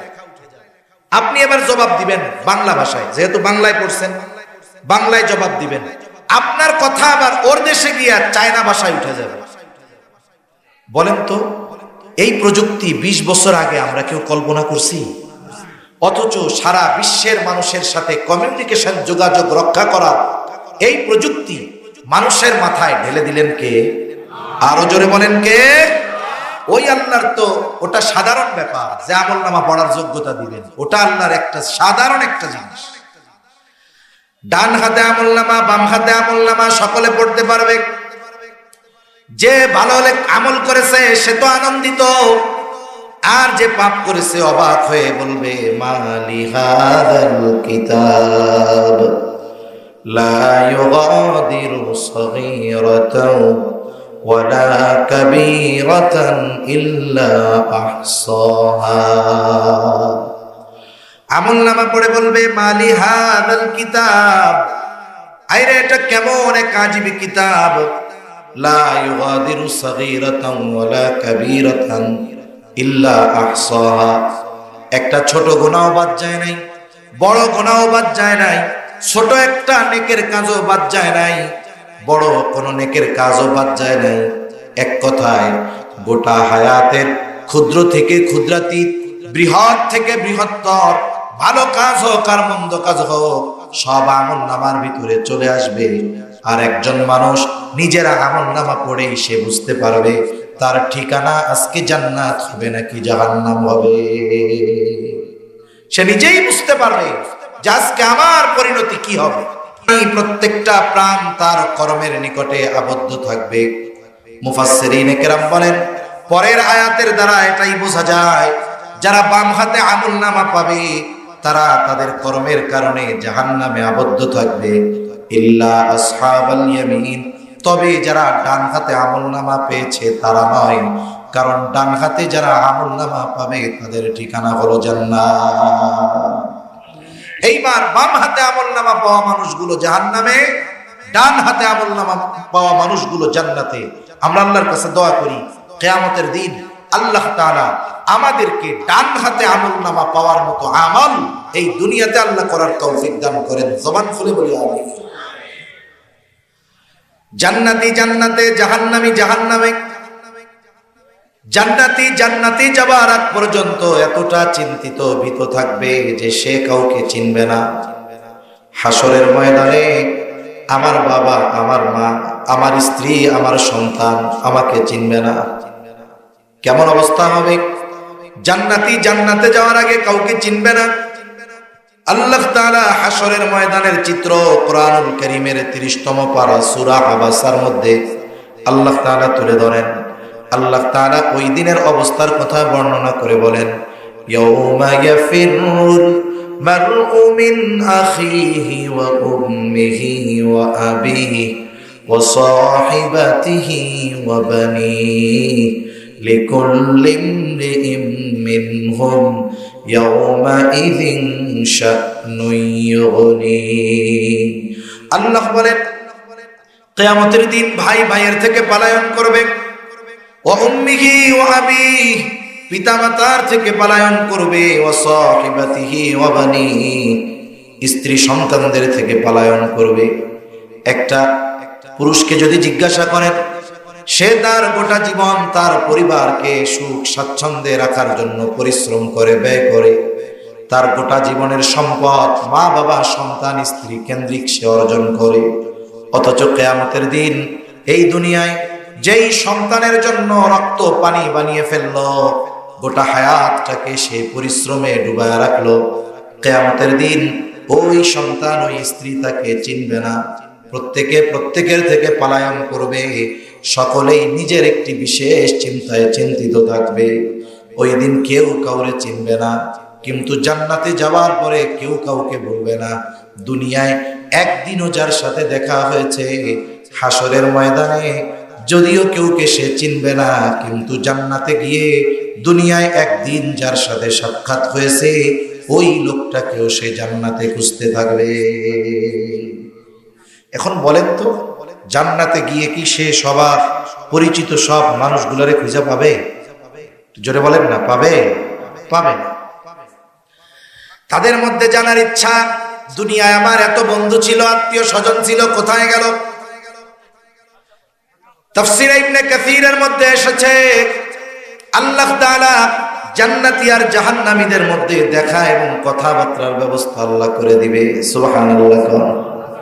জান্নাতি জাহান্নামীকে দেখবে, জাহান্নামী জান্নাতীকে দেখবে।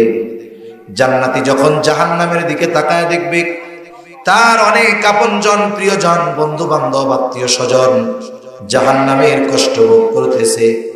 ওই অবস্থা দেখে জান্নাতি আল্লাহর দরবারে কৃতজ্ঞতার মাত্রা বাড়ায় দিবে আর বলবে, আল্লাহ আপনি যদি আমার প্রতি দয়া না করতেন তাহলে হয়তো আজকে আমাকেও ওর সাথে জাহান্নামে থাকা লাগতো। শুকরিয়া আদায় করতে থাকবে, আল্লাহর কাছে কৃতজ্ঞতার মাত্রা বাড়ায় দিবে। জাহান্নামীও জান্নাতীকে দেখবে, জাহান্নামীও জান্নাতের মধ্যে তাকায় দেখবে তার অনেক আপনজন, প্রিয়জন, বন্ধু বান্ধব, আত্মীয় স্বজন জান্নাতের নাজ নেয়ামত ভোগ করতেছে। এই দৃশ্যটা দেখবার পর ওর অন্তরের মধ্যে আফসোস জাগ্রত হবে। হায় রে, ওই বন্ধুর সাথে তো আমি একই স্কুলে পড়তাম, একই মাঠে খেলাধুলা করতাম, একই বাজারে ব্যবসা বাণিজ্য করতাম। আহারে, ওর সাথে যদি বাকি সব সময়টা যদি কাটাইতাম, আজকে হয়তো আমাকে জাহান্নামে থাকা লাগতো না, আমিও ওর সাথে জান্নাতের অধিবাসী হতে পারতাম।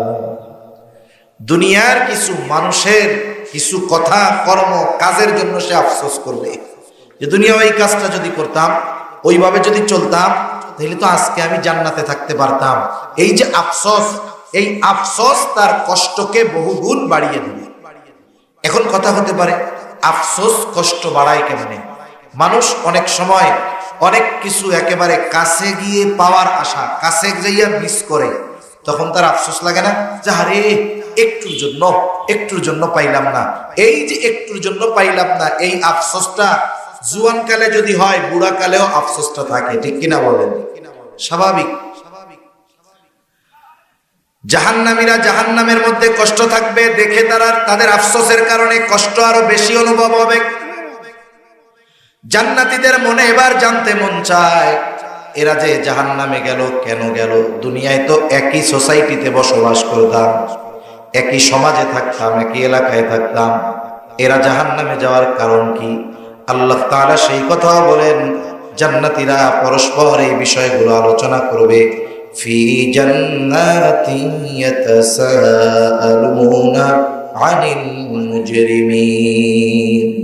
আল্লাহ তাআলা কথা বলার সুযোগ করে দিবে। জান্নাতীরা পরস্পর ওই মুজরিম, পাপী তথা জাহান্নামীদেরকে জিজ্ঞাসা করবে, মা সালাকাকুম ফি সাকার, কোন কারণে তোমরা সাকারের অধিবাসী হইলা, কোন কারণে তোমরা জাহান্নামী হইলা? জান্নাতীরা জাহান্নামীদেরকে প্রশ্ন করবে, কেন জাহান্নামী হইলা? এইবার জাহান্নামীরা জান্নাতীদের এই প্রশ্নের জবাব দিবে। এইবার তারা তাদের জাহান্নামে যাওয়ার কারণগুলো বলবে। আমি যেই আলোচনাগুলো আপনাদের খেদমতে মূলত করতে চাই, শেষ প্রান্তের দিকে চলে আসছি। মূল কথা হলো, দুনিয়ার কোনো মানুষ নাই যে জাহান্নামে যেতে চায়। কেউ জাহান্নামে যেতে চায় না। প্রত্যেক ধর্মের প্রত্যেকটা মানুষ জান্নাতে যেতে চায়, স্বর্গে যেতে চায়। ঠিক কিনা? কেউ আসেননি দুই একজন যে না আমরা জাহান্নামে যেতে চাই? আসেনি দুই একজনই? যে কেউ যেতে চায়। কারণ বরং ভালোর চাইতে খারাপ যেটা, ওইটা আরো আগে জান্নাতে যাইতে চায়। আপনাদের এলাকায় মনে হয় এরকম লোক নাই যে নামাজি, নামাজ কালাম পড়ে না, উল্টাপাল্টা কাম কাজ করে। ও কয় আমি নামাজ না পড়লে কি হবে, আমি ইমান ঠিক আছে, আমি ওগো আগে জান্নাতে যাবো। কেন যাবি? ও তো নামাজ কালাম পড়ছে, ওর হিসাব কিতাব দেওয়া লাগবে। আমি তো পড়ি নাই, আমার তো হিসাব নাই, আল্লাহ মাফ করে দিতে পারে, জান্নাতে চলে যাবে। শয়তান চিন্তা করে তোর মতো লোকই তো দরকার আমার, ঠিক না? সেই বেটা ইবাদত কইরা ভয় আছে যে জান্নাতে যাইতে পারি কিনা, আর ও ইবাদত না কইরা নিশ্চিন্তে আছে যে ওর আগে আমি জান্নাতে চলে যাব। এজন্য আমরা কেউ জাহান্নামে যেতে চাই না। জাহান্নাম থেকে যদি বাঁচতে চাই, জাহান্নামীরা কেন জাহান্নামে গেল ওই কারণগুলো জানার দরকার। ওই কারণগুলো যদি আমাদের মধ্যে থাকে, আমরা যতই জান্নাতের দাবিদার হই, কাজ হবে না। ওই কারণগুলো আমাদের মধ্য থেকে বের করতে পারলেই জান্নাতে যাওয়া যাবে। ঠিক কিনা বলুন? আমি বেশি সময় আর কষ্ট দিব না আপনাদের, বেশি সময় কষ্ট দিব না। এমনি 1 ঘন্টা 1 ঘন্টার উপরে কথা বলি না, 1 ঘন্টা পার হয়ে গেছে। 20-25 মিনিট সবরের সাথে, ধৈর্যের সাথে শোনা যাবে তো ইনশাআল্লাহ। জাহান্নামীরা এবার বলবে, একটা প্রশ্ন এখানে আছে যে হুজুর এখনো তো আছি দুনিয়ায়, এখনো তো দুনিয়ার জগতে আছি, তাইলে আল্লাহ তাআলা জান্নাতি আর জাহান্নামীদের মধ্যে কথাবার্তাটা পাইলেন কোথায়? আরো জানায় দিছে 1500 বছর আগে দুনিয়ায়। এই কোরআন 1500 বছর আগে দুনিয়ায় নাজিল করেছেন আল্লাহ, কিন্তু এর আগে এই কোরআন তো লৌহে মাহফুজের মধ্যে ছিল। এত আগে আল্লাহ তাআলা পাইলেন কোথায়? আমরা যেহেতু ঈমানদার, আল্লাহর প্রতি আমাদের বিশ্বাস, কথাটা অল্পতে বুঝতে পারবো আশা করি। আমাদের কাছে সময়টা 3 ভাগে বিভক্ত। একটা হলো অতীতকাল, বর্তমানকাল, ভবিষ্যৎকাল। তাহলে আমাদের কাছে কাল কয়টা বলেন? আমাদের কাছে সময়টা 3 ভাগে বিভক্ত, কিছু অতীতকাল, বর্তমানকাল, ভবিষ্যৎকাল। কিন্তু আল্লাহ তাআলা হলেন সময়ের স্রষ্টা। যিনি সময়কে সৃষ্টি করেছেন, ওনার কাছে কোনো কাল নাই, ওনার কাছে সব প্রেজেন্ট, বর্তমান কাল। তাহলে আমার কাছে যেটা অতীত, আল্লাহ তাআলার কাছে সেটা বর্তমান। আমার কাছে যেটা ভবিষ্যৎ, আল্লাহ তাআলার কাছেও সেটা বর্তমান। এতটুকু বিশ্বাস রাখলে হবে যে আল্লাহ সময়ের স্রষ্টা। এজন্য ওনার কাছে সময় 3 ভাগে বিভক্ত নয়, বরং ওনার কাছে সব সামনে, সব বর্তমান। যেটা আমাদের কাছে হবে সেটা আল্লাহর কাছে হয়ে গেছে। যেটা আমাদের কাছে হবে মানে ভবিষ্যৎ, ভবিষ্যৎ কি আল্লাহ তাআলা সেটা জানেন। সেজন্য আল্লাহ তাআলা বান্দার প্রতি তো আল্লাহ তাআলার দয়া মায়া রহমতের শেষ নাই। কোরআনুল কারীমের মধ্যে আল্লাহ তাআলা বান্দা আখিরাতে যেন সফল হয়, জান্নাতে যায়, জাহান্নাম থেকে বাঁচে, সতর্ক হয়, এজন্য সব ধরনের সতর্কতা, সতর্কবাণী, প্রসেস আল্লাহ তাআলা বান্দাকে সুস্পষ্টভাবে জানায় দিয়েছে। সুবহানাল্লাহ। আসলে আমাদের ব্যর্থতা, আমাদের সময়ের অভাব। আমরা চিন্তা করি এত ব্যস্ত টাইম আছে, আমরা তো সারা বছরে 1 খতম কোরআন রিডিংও পড়ার টাইম পাই না। অনেক মানুষ আছে, জিজ্ঞাসা করলে বাস্তবতা এটা, যে 1 খতম কোরআন সারা বছর নয়। অনেক মানুষ যদি খোঁজ করা হয়, গোটা জিন্দেগিতে একটা খতম কোরআন দীক্ষা পড়ার সুযোগ হয় নাই। আছে না নাই? অথচ এই কোরআনুল কারীমের মধ্যে আল্লাহ তাআলা আমাদের জন্য সব রেখে দিয়েছে। এজন্য উচিত, রমজান মাস আসতেছে, একেবারে নিকটবর্তী, কমপক্ষে এই রমজান মাসে কোরআনুল কারীমের সাথে একটু সময় আমরা বেশি দিব। ওলামায়ে কেরাম আছেন, ইমাম সাহেব আছেন, মাদ্রাসা আছে, শিক্ষক আছে, তাদের কাছ থেকে কোরআনটা একটু শেখার চেষ্টা করব। সাথে সাথে ওলামায়ে কেরামের পরামর্শ নিয়ে তারা যেই তাফসির পড়তে বলে সেই তাফসিরগুলো আমরা পড়বো। কারণ বাজারে তো এখন অনেক তাফসির পাওয়া যায়। আপনি হুটহাট করে নিজের বাইন্ডিং ভালো লাগছে, পৃষ্ঠা ভালো লাগছে নিয়ে আসলেন, দরকার নাই। আপনি আগে আপনার এলাকার বিশ্বস্ত আলেমকে জিজ্ঞাসা করবেন, হুজুর আমি একটু কোরআনের অনুবাদ ব্যাখ্যা পড়তে চাই, কোনটা পড়লে ভালো হয়? উনি যেটার পরামর্শ দিবেন সেটা কিনে এনে পড়বেন। নাইলে আমাদের দেশে তো এখন স্বঘোষিত শায়েখের অভাব নাই, ঠিক কিনা বলেন? আল্লাহ তাআলা বুঝবার তৌফিক দান করেন। আল্লাহ রাব্বুল আলামিন জানায় দিয়েছেন জাহান্নামীরা কি বলবে। জাহান্নামীরা তাদের জাহান্নামে যাওয়ার এক নাম্বার কারণ বলবে, ক্বালু লাম নাকু মিনাল মুসাল্লিন। এক নাম্বার কারণ বলবে আমরা মুসল্লি ছিলাম না। লাম নাকু মিনাল মুসাল্লিন। মুসল্লি কাকে বলে? সপ্তাহে একদিন মসজিদে হাজিরা দিলে সে মুসল্লি নয়। মুসল্লি হলো সে হাজারো ব্যস্ততা, শত ব্যস্ততা যদি তার থাকে, সকল ব্যস্ততাকে পেছনে ফেলে নামাজের সময় সে মসজিদে হাজির হয়ে যায়, ঠিক কিনা গো? মসজিদের সাথে যাদের সম্পর্ক এদের জন্য আলাদা ফজিলত। প্রকৃত মুসল্লির সম্পর্ক মসজিদের সাথে। সে ফজরের নামাজ পড়ে জমির কাজের জন্য বের হয়, তার অন্তরের মধ্যে চিন্তা থাকে, জোহরের আজান হবে তো আর থাকা যাবে না, দৌড়িয়ে চলে যেতে হবে নামাজের জন্য মসজিদে। এই যে মসজিদের সাথে তার একটা কানেকশন, লাভটা কি? বলে কিয়ামতের দিন 7 শ্রেণীর মানুষের মধ্যে যারা আরশের ছায়া পাবে তারাও একজন। তারা কারা? বলে রাজুলুন কলবুহু মুআল্লাকুম ফিল মাসাজিদ। ওই ব্যক্তি আরশের ছায়ায় স্থান পাবে যার অন্তরটা সর্বদা মসজিদের সাথে লাগানো থাকতো। সে সব সময় মসজিদে থাকতো তা নয়, তার অন্তর মসজিদের সাথে লাগানো থাকতো। যেমন আপনাদের এলাকায় কিছু ছেলে পেলে প্রবাসে আসেনি, আছে না, বিদেশে থাকে, দেখবেন মার কাছে ফোন দেয়, আব্বার কাছে ফোন দেয়। প্রবাসে তো কেউ নাই। প্রবাসে যারা আছে আসলে এদের যে কত কষ্ট। এরা আছে ওখান থেকে মাঝে মধ্যে ফোন দেয় মার কাছে, বলে মা আমি তো আছি সৌদি আরব, আমার দেহটা সৌদি আরব পড়ে আছে, কিন্তু আমার মনটা পড়ে রয়েছে বাড়ির মধ্যে। আমার দেহ আছে সৌদি, দেহ আছে দুবাই, কিন্তু মনটা পড়ে আছে কোথায়? বাড়ির মধ্যে। ওই জন্য ওই মুসল্লি, আসল মুসল্লি যেখানেই যাক তার মন থাকে মসজিদের মধ্যে। এই লোক যারা এই ধরনের গুণ যারা অর্জন করেছে এরাই প্রকৃত মুসল্লি। আর প্রকৃত মুসল্লি আরশের ছায়ায় স্থান পাবে। সুবহানাল্লাহ। তাহলে তারা বলবে লাম নাকু মিনাল মুসাল্লিন, আমরা মুসল্লি ছিলাম না। এখন প্রশ্ন হলো আমাদের সমাজে কিন্তু অধিকাংশ মানুষ মুসল্লি নয়, অধিকাংশ মানুষ কিন্তু মুসল্লি না। এই যে দেখেন গোটা দুনিয়ার মধ্যে মুসলমানেরা নির্যাতিত, নিষ্পেষিত, নিপীড়িত, অথচ আমরা আমাদের ঢাকা শহরের মধ্যে দেখি জুমার দিন 6 তলা মসজিদ 10 তলা বইরা যায়, আবার রাস্তায় থাকে আরো 10 তলার চাইতে বেশি মানুষ। যেই মসজিদে জুমার দিন এমন অবস্থা, ওই মসজিদ মহল্লার মসজিদ, ওই দিনের আসরের নামাজ নিচের কাতারগুলোও সব ভরে না, ঠিক কিনা গণ? আমাদের অবস্থা হলো এইরকম। আবার ওই দিনের ফজরের নামাজে গিয়া দেখবেন প্রথম কাতারটাও ঠিক মতো ভরে না। তাহলে কেমন করে আমরা জালেমের বিরুদ্ধে রুখে দাঁড়াবো? তাহলে তারা বলে আমরা মুসল্লি ছিলাম না, আমরা মুসল্লি হব। এখন আমাদের সমাজে অধিকাংশ মানুষ মুসল্লি নয় কেন, তথা 5 ওয়াক্ত নামাজ পড়ে না কেন? কারণগুলো যদি ঘাটেন, অন্যতম কারণ একটি পাওয়া যাবে, মানুষ তার কর্মের কারণে নামাজ পড়ার সুযোগ পায় না।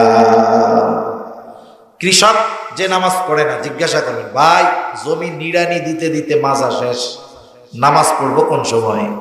ভ্যানওয়ালা নামাজ পড়ে না, আরে ভাই কিস্তি উঠাইছি তো সুদের কিস্তি, এইটা দিতে দিতে জীবন শেষ, নামাজ পড়বো কোন সময়? তার মানে দেখেন প্রত্যেকটা মানুষ, অধিকাংশ মানুষ তার কর্মকে সামনে এনে নামাজ না পড়ার কারণ হিসাবে দাঁড় করায়। এখন মানুষ কর্ম করে কেন? ব্যবসায়ী ব্যবসা কেন করে? কৃষক কৃষিকাজ কেন করে? চাকরিজীবী চাকরি কেন করে? ভ্যানওয়ালা কেন ভ্যান চালায়? অটোওয়ালা কেন অটো চালায়? এই যে মানুষ যেই কর্মই করুক না কেন, কর্ম কেন করে? বলে জীবন উপকরণের জন্য, ঠিক কিনা? আরবিতে কইলে রিজক, বাংলায় জীবন উপকরণ। আরো সহজ করেন টাকার লাইগা, কারণ টাকা হইলে তো সবকিছু পাওয়া যায়, প্রয়োজন মিটে। মূল কথা হলো রিজিক উপার্জনের চিন্তায় নামাজ পড়ার টাইম পায় না। কথা বুঝেন নাই? কাজের বাহানাটা যে দেয়, কাজটা কেন করে? বলে রিজিকের জন্য করি। এখন এই রিজিক উপার্জন করতে গিয়ে নামাজ পড়ার টাইম পায় না।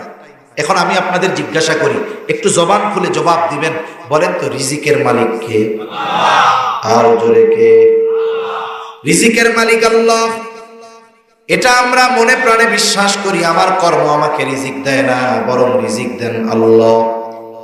রিজিকের মালিক, রিজিক পাওয়ার পদ্ধতি সুস্পষ্টভাবে বলে দিয়েছেন।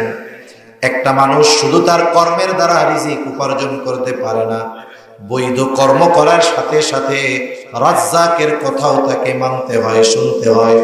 তাহলে দেখা যাবে বাস্তবে সে বরকতময় রিজিক পাবে। রাজ্জাক রিজিক পাওয়ার পদ্ধতি জানায় দিয়া বলেন, وَأْمُرْ أَهْلَكَ بِالصَّلَاةِ وَاصْطَبِرْ عَلَيْهَا لَا نَسْأَلُكَ رِزْقًا نَحْنُ نَرْزُقُكَ وَالْعَاقِبَةُ لِلتَّقْوَى।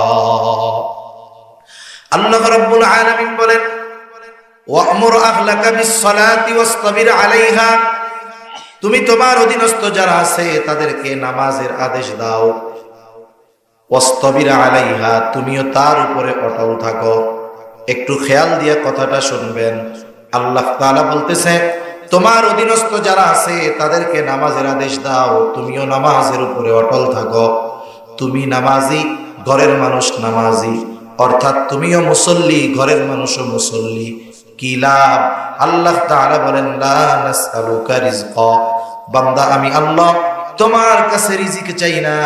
তোমরা যদি সকলে মুসল্লি হয়ে যাও, নাহনু নারযুকুকা, মুসল্লি হওয়ার কারণে আমি আল্লাহ তোমাদেরকে রিজিক দিয়ে দিব। রিজিক পরিমাণের উপরে নির্ভর করে না। অনেকে আছে 1 লাখ মাসে কামাই কইরাও ওর মাস শেষে ঋণ হইতে হয়। আবার অনেকে আছে বেতন মাসে 10,000, আলহামদুলিল্লাহ মাস শেষে আরো 2,000 ডাইনে থাকে। আছে না নাই? আমি উদাহরণ দিই বোঝানোর জন্য। আমাদের দেশের সবচাইতে বড় দায়িত্বশীল ব্যক্তিরা হলেন মসজিদের ইমাম সাহেবরা। কিন্তু বাস্তবতা হলো এনাদের সম্মান দায়িত্ব বড়, কিন্তু সম্মানীটা বড়ই কম। ঠিক না? সম্মানী বড়ই কম। আপনাদের এমপি সাহেব এই বিষয়ে মনে হয় পার্লামেন্টে বলছে, যাক আল্লাহ তাআলা তাকে উত্তম বিনিময় দান করুন। বাস্তবতা হলো সম্মানী অনেক কম। ওনাদেরকে যেই সম্মানী দেওয়া হয়, বাস্তবতা হলো যে ওই সম্মানী বা ওই বেতন দিয়ে সাধারণত একটা পরিবার 1 মাস নয় 15-20 দিন চালানো কঠিন। ঠিক কিনা বলেন? 10, 12, 15, 20,000 টাকা ইমাম সাহেবের বেতন খুব কমই আছে। ঢাকা শহরে 20,000 টাকা বেতনের মসজিদের ইমামের বেতন খুব কম আছে। এখন এরপরেও চলে কেন? চলারও কিছু কারণ তো আছে। আসলে যারা দ্বীনের উপরে চলে এরা আল্লাহ তাআলার উপরে ভরসা রাখে বেশি। এই 15-20 হাজার টাকা বেতন দিয়ে মাস চলার কথা না। তার পাশেই লোকজন আয়েশা হুজুরের কাছে বলে, হুজুর আমরা 3 জন ফ্যামিলিতে 40,000 টাকা বেতন পাই, আমাদের তো মাস শেষে আরো ঋণ করতে হয়। অথচ হুজুরের দেখা যাবে নিজে 2 জন আরো এক আলী আছে, মানে মোট 5-6 জন আছে, বেতন তার 15,000। কেমনে চলে? আল্লাহ তাআলা চালান, আল্লাহর মধ্যে বরকত দেয়। বরকত 2 ভাবে হয়। একটা হলো আল্লাহ সুবহানাহু ওয়া তাআলা সরাসরি ওই জিনিসের মধ্যে বরকত দেন। কেমনে দেন? বলে ওই যে আল্লাহর নবী সাল্লাল্লাহু আলাইহি ওয়াসাল্লাম গেছেন, খাবার আছে 8-10 জনের জন্য।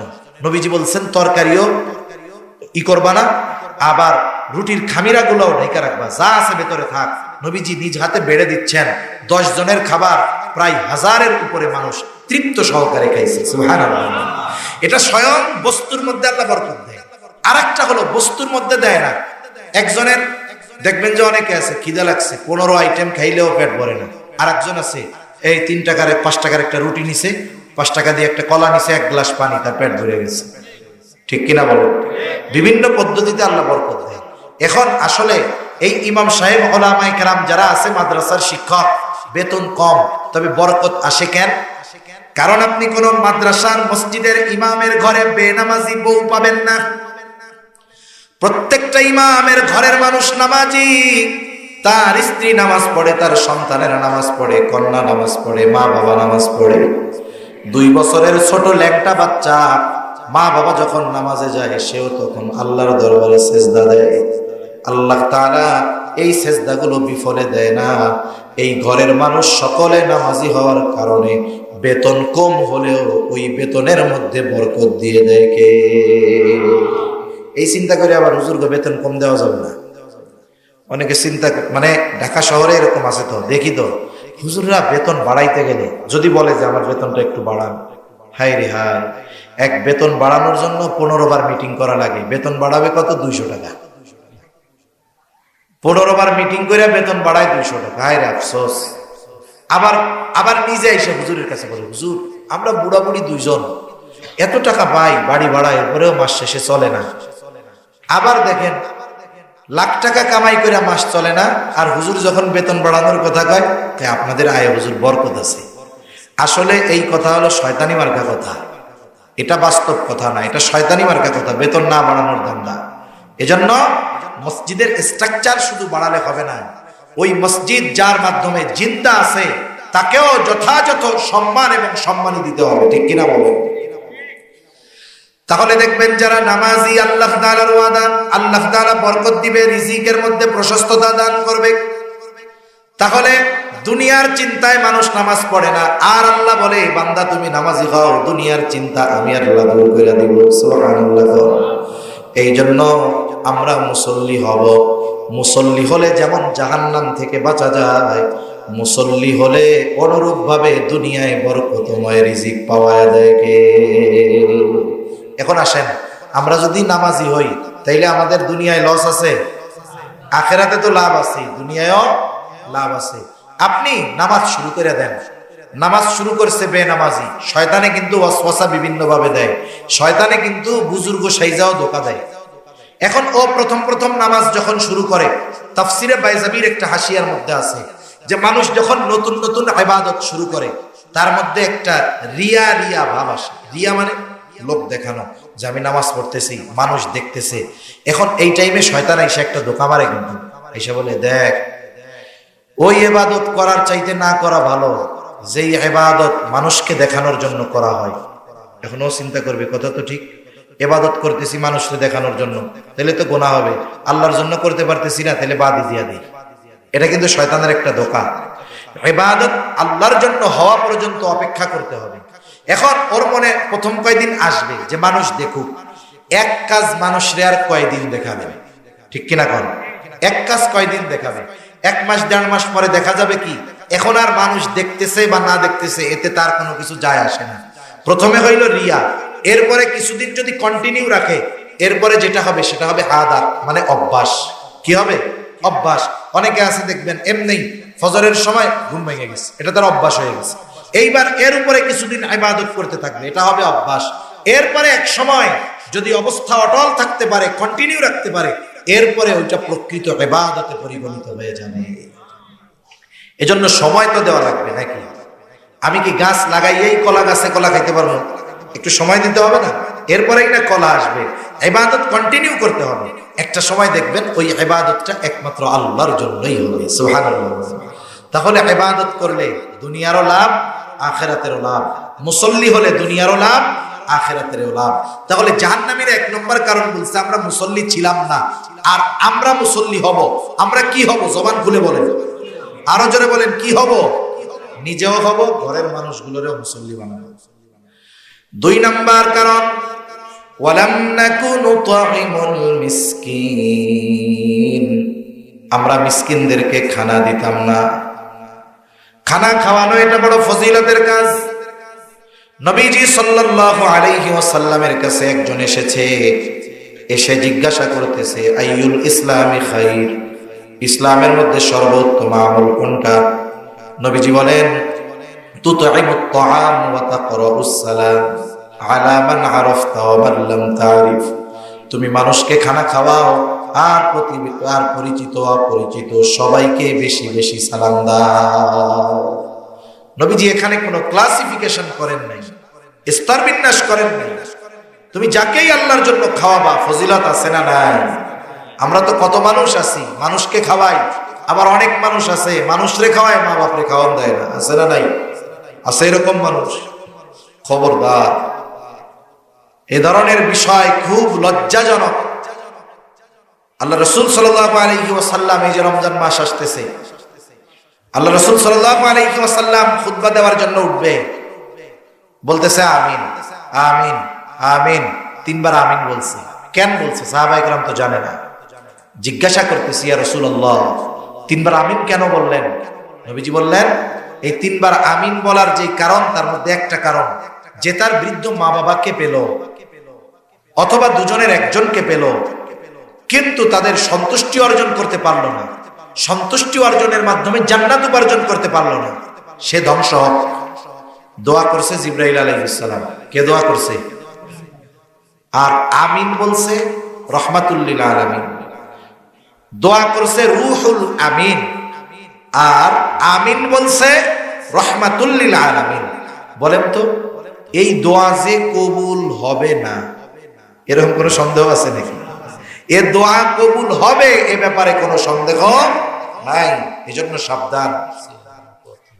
আসতেছে না? আচ্ছা। আল্লাহ রাসূল সাল্লাল্লাহু আলাইহি ওয়াসাল্লাম মা বাবার ব্যাপারে বলেছেন, হুমা জান্নাতুকা ওয়া নার, মা বাবা তোমার জান্নাত অথবা জাহান্নাম। একটা মানুষ দুনিয়াতে মা বাবাকে পেয়ে সে জান্নাত উপার্জন করতে পারে। আর কথায় কথা আসলো, আল্লাহ রাসূল আল্লাহ তাআলা সবচাইতে বেশি বেজার হন তার সাথে শিরিক করলে। কি করলে? জোরে বলেন। শিরিক করলে। শিরিককে আল্লাহ তাআলা বলেন লা যুলমুন আযীম, মহা এক অন্যায়। এখন এই মহা অন্যায় করার জন্য আমাকে আপনাকে যদি কেউ চাপ দেয়, তার সাথে কি আমরা ভালো ব্যবহার করব নাকি? অথচ মা বাবা যদি কাউকে শিরিকের আদেশ দেয়, মা বাবার সাথে কঠোর আচরণ করা যাবে না। মা বাবা যদি সন্তানকে বলে যে আল্লাহর সাথে শিরিক কর, তাহলে কি করবেন? আল্লাহ তাআলা বলেন, আল্লাহ রাব্বুল আলামিন কোরআনুল কারীমের মধ্যে বলেন, ওয়া ইন জাহাদাকা আলা আন তুশরিকা বিমা লাইসা লাকা বিহি ইলম ফালা তুতি'হুমা ওয়া সাহিবহুমা ফিদ দুনিয়া মা'রুফা।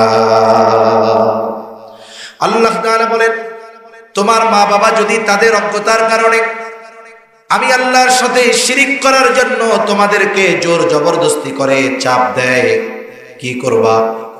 মা বাবার সাথে গরম হবা না।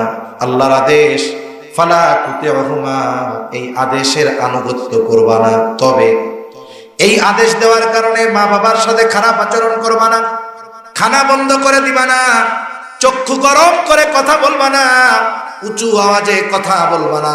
কি করবা? ওয়াসাহিবহুমা ফিদ দুনিয়া মা'রুফা। ওই মা বাপ যে শিরকের আদেশ দেয়, তার সাথেও দুনিয়ায় তুমি সদাচরণ করবা, ভালো ব্যবহার করবা, তার হকগুলো তুমি আদায় করবা। সুবহানাল্লাহ। একটা মানুষের মা বাবার হক কি এটা বোঝার জন্য এর চাইতে আর কোনো কিছুর দরকার নাই। যে বুঝে 9 দিনে বুঝে, যে বুঝতে চায় না 900 বছর হায়াত পাইলেও সে বুঝবে না। ঠিক কিনা বলেন?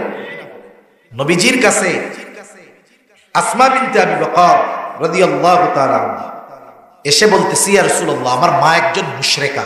আমার মা কি? মুশরিকা। সাথে সাথে আরো বলতেছে, শুধু তাই না, উনি আপনারে দেখতেই পারে না। উনি মাঝে মধ্যে আমার কাছে আসে, আসলে আমি কেমন আচরণ করব?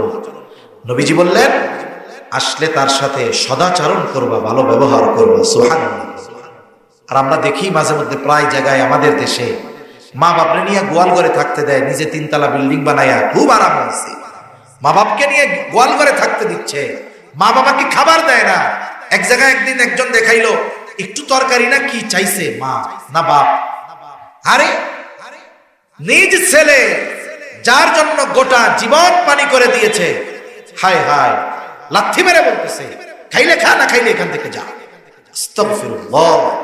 সেজন্য আপনাদের অনুরোধ করি, আল্লাহ রাসূল সাল্লাল্লাহু আলাইহি ওয়াসাল্লাম বলেছেন, আল্লাহ তাআলা সব পাপের শাস্তি দেওয়ার ক্ষেত্রে বিলম্ব করেন, কিন্তু মা বাবার সাথে যারা খারাপ আচরণ করে, মা বাবার হক যারা আদায় করে না, এই শাস্তি আল্লাহ মরার পরে আখিরাতে দিবে তা নয়, এই শাস্তি দুনিয়াতে থাকতেই আল্লাহ তাআলা তাকে দেওয়া শুরু করে। এজন্য সাবধান, অনুরোধ করব, যদি এরকম কেউ থাকেন মা বাবার সাথে খারাপ আচরণ কেউ করে তাকে বুঝান। যদি কেউ করে থাকেন তার কাছে করজোড়ে বলি, মা বাবা আল্লাহ তাআলা সন্তানের প্রতি এমন মোহাব্বত মা বাবার দিলে দিয়েছে, আপনি যদি বিগত 30 বছর তার সাথে খারাপ আচরণ করে থাকেন, আজকে গিয়ে যদি পায়ে ধরে মাপ চান, বুকের মধ্যে জড়ায় নেন, আল্লাহর কসম মাফ চান, ওই মা বাবা সাথে সাথে ক্ষমা করে দেবে। ঠিক কিনা বলুন? এজন্য মা বাবার সাথে খারাপ আচরণ করবো না। যে কথার থেকে গেলাম, খানা খাওয়ানো এটা ফজিলতের কাজ। আপনি যাকেই খাওয়ান আল্লাহর জন্য যদি খাওয়ান, ফজিলত আছে না নাই? সেজন্য আমরা খানা খাওয়াবো। এই যে রমজান মাস আসতেছে, আপনাদের যাদের অ্যাবিলিটি আছে, ধনী মানুষ দরিদ্রদেরকে কিছু দিবেন। রোজা রাখতে কষ্ট হয়, জমিনে কাজ করে, কৃষি কাজ করে কষ্ট হয়, আপনি তাদেরকে আপনার বাড়ির মেহমান বানায় নেন। আপনার কারণে সে যদি রোজা রাখতে কষ্ট কম হয়, সেও দোয়া করবে, আর তার রোজা রাখার কারণে তার রোজার সমপরিমাণ সওয়াব আল্লাহ তাআলা আপনার আমার আমলনামায় লিখে দিবে। 3 নাম্বার কারণ, আচ্ছা শেষ করে দিচ্ছি, চলে আসুক।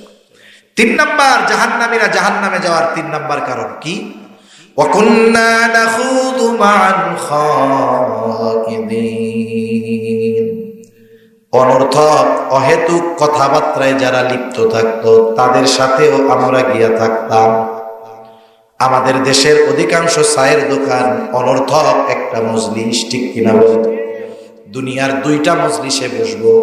একটা হলো যেই মসজিদে, যেই মজলিসে দুনিয়ার কল্যাণ আছে, দুনিয়াবি কিছু ভালো কাজ আছে না, সামাজিক কিছু কাজ আছে, এই ধরনের মজলিস। 2 নাম্বার ওই মজলিস যেখানে আখিরাতের উপকার আছে। এই 2 ধরনের মজলিস ছাড়া বুজুর্গানে দিন অন্যান্য মজলিসে বসতে মানা করছেন, কারণ অন্যান্য প্রত্যেকটা মজলিসে গুনাহ হয় কোনো না কোনো ভাবে। এই জন্য আমরা দুনিয়াবি গুনার মজলিস গুলো থেকে বেঁচে থাকবো। 4 নাম্বার কারণ বলতেছে, ওয়া কুন্না নুকাযযিবু বিয়াউমিদ্দিন। জাহান্নামীরা বলবে আমরা কিয়ামতের দিবসকে অস্বীকার করতাম। এটা 2 ভাবে হতে পারে। একটা হলো সরাসরি কিয়ামতকে অস্বীকার করা, আর একটা হলো কিয়ামতের ব্যাপারে, পরকালের ব্যাপারে উদাসীন থাকা।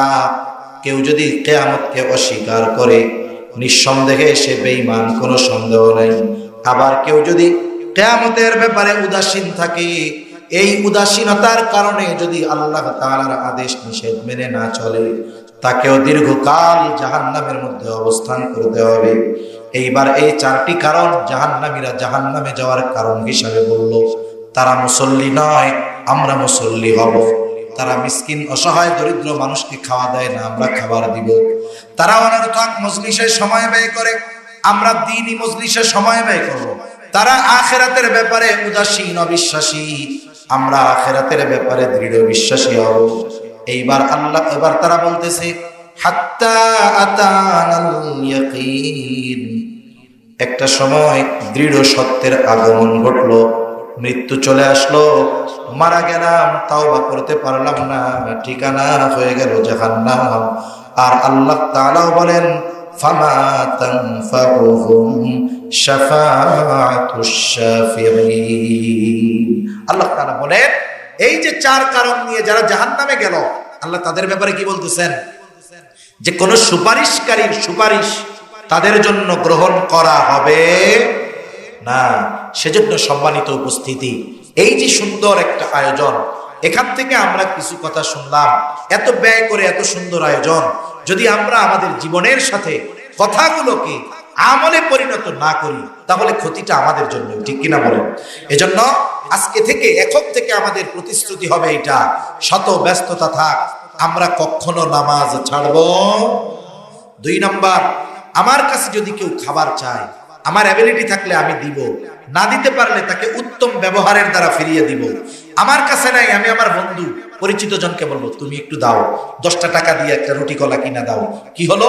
ও 10 টাকা দিয়ে খাওয়াইয়া সওয়াব পাইলো, আমি সুপারিশ করে সমপরিমাণ সওয়াব পাইলাম। ঠিক আছে না? 3 নাম্বার, অনর্থক মজলিসে বসবো না। যেসব মজলিসে গুনাহ হয় ওসব জায়গায় বসবো না। দুনিয়ার কল্যাণ যে সব জায়গায় আছে এবং আখিরাতের কল্যাণ যে সব জায়গায় আছে, ওইসব মজলিসের মধ্যে বসবো। 4 নাম্বার, কিয়ামতের ব্যাপারে দৃঢ় বিশ্বাসী হব। ওই যে ডান হাতে যে আমলনামা পাইছে, কি বলছে? ইন্নী যানাতু আন্নী মুলাকিন হিসাবিয়া, আমি দুনিয়ায় এই ব্যাপারে দৃঢ় বিশ্বাসী ছিলাম যে আমাকে কিয়ামতের দিন আল্লাহর সামনে আমার হিসাবের মুখোমুখি হতে হবে। এজন্য কিয়ামতের প্রতি যার যত বিশ্বাস বেশি, দুনিয়ায় দেখবেন তার কর্ম আমল তত সুন্দর। অনেক মানুষ আছে না, অন্যায় করার সুযোগ থাকার পরেও করে না। বলে আপনি কি করতেছেন? আপনার চাইতে ছোট পদের মানুষ কোটি টাকার মালিক হয়ে গেল। বলে ভাই, করার সুযোগ তো আছে, কিন্তু আল্লাহর ভয় আছে না নাই? সেজন্য আখিরাতের ভয় মানুষকে বাস্তব মানুষে পরিণত করে। আল্লাহ সুবহানাহু ওয়া তাআলা এই 4টি বিষয়, যেই কারণগুলোতে জাহান্নামীরা জাহান্নামী, ওই কারণগুলো থেকে আমাদের বেঁচে থাকার তৌফিক আল্লাহ দান করুন। সকলে জবান খুলে বলি আমিন, আরো জোরে বলি আমিন। ওয়া আখিরু দাওয়ানা আনিল হামদুলিল্লাহি রাব্বিল আলামিন। আসসালামু আলাইকুম ওয়া রাহমাতুল্লাহি ওয়া বারাকাতুহু।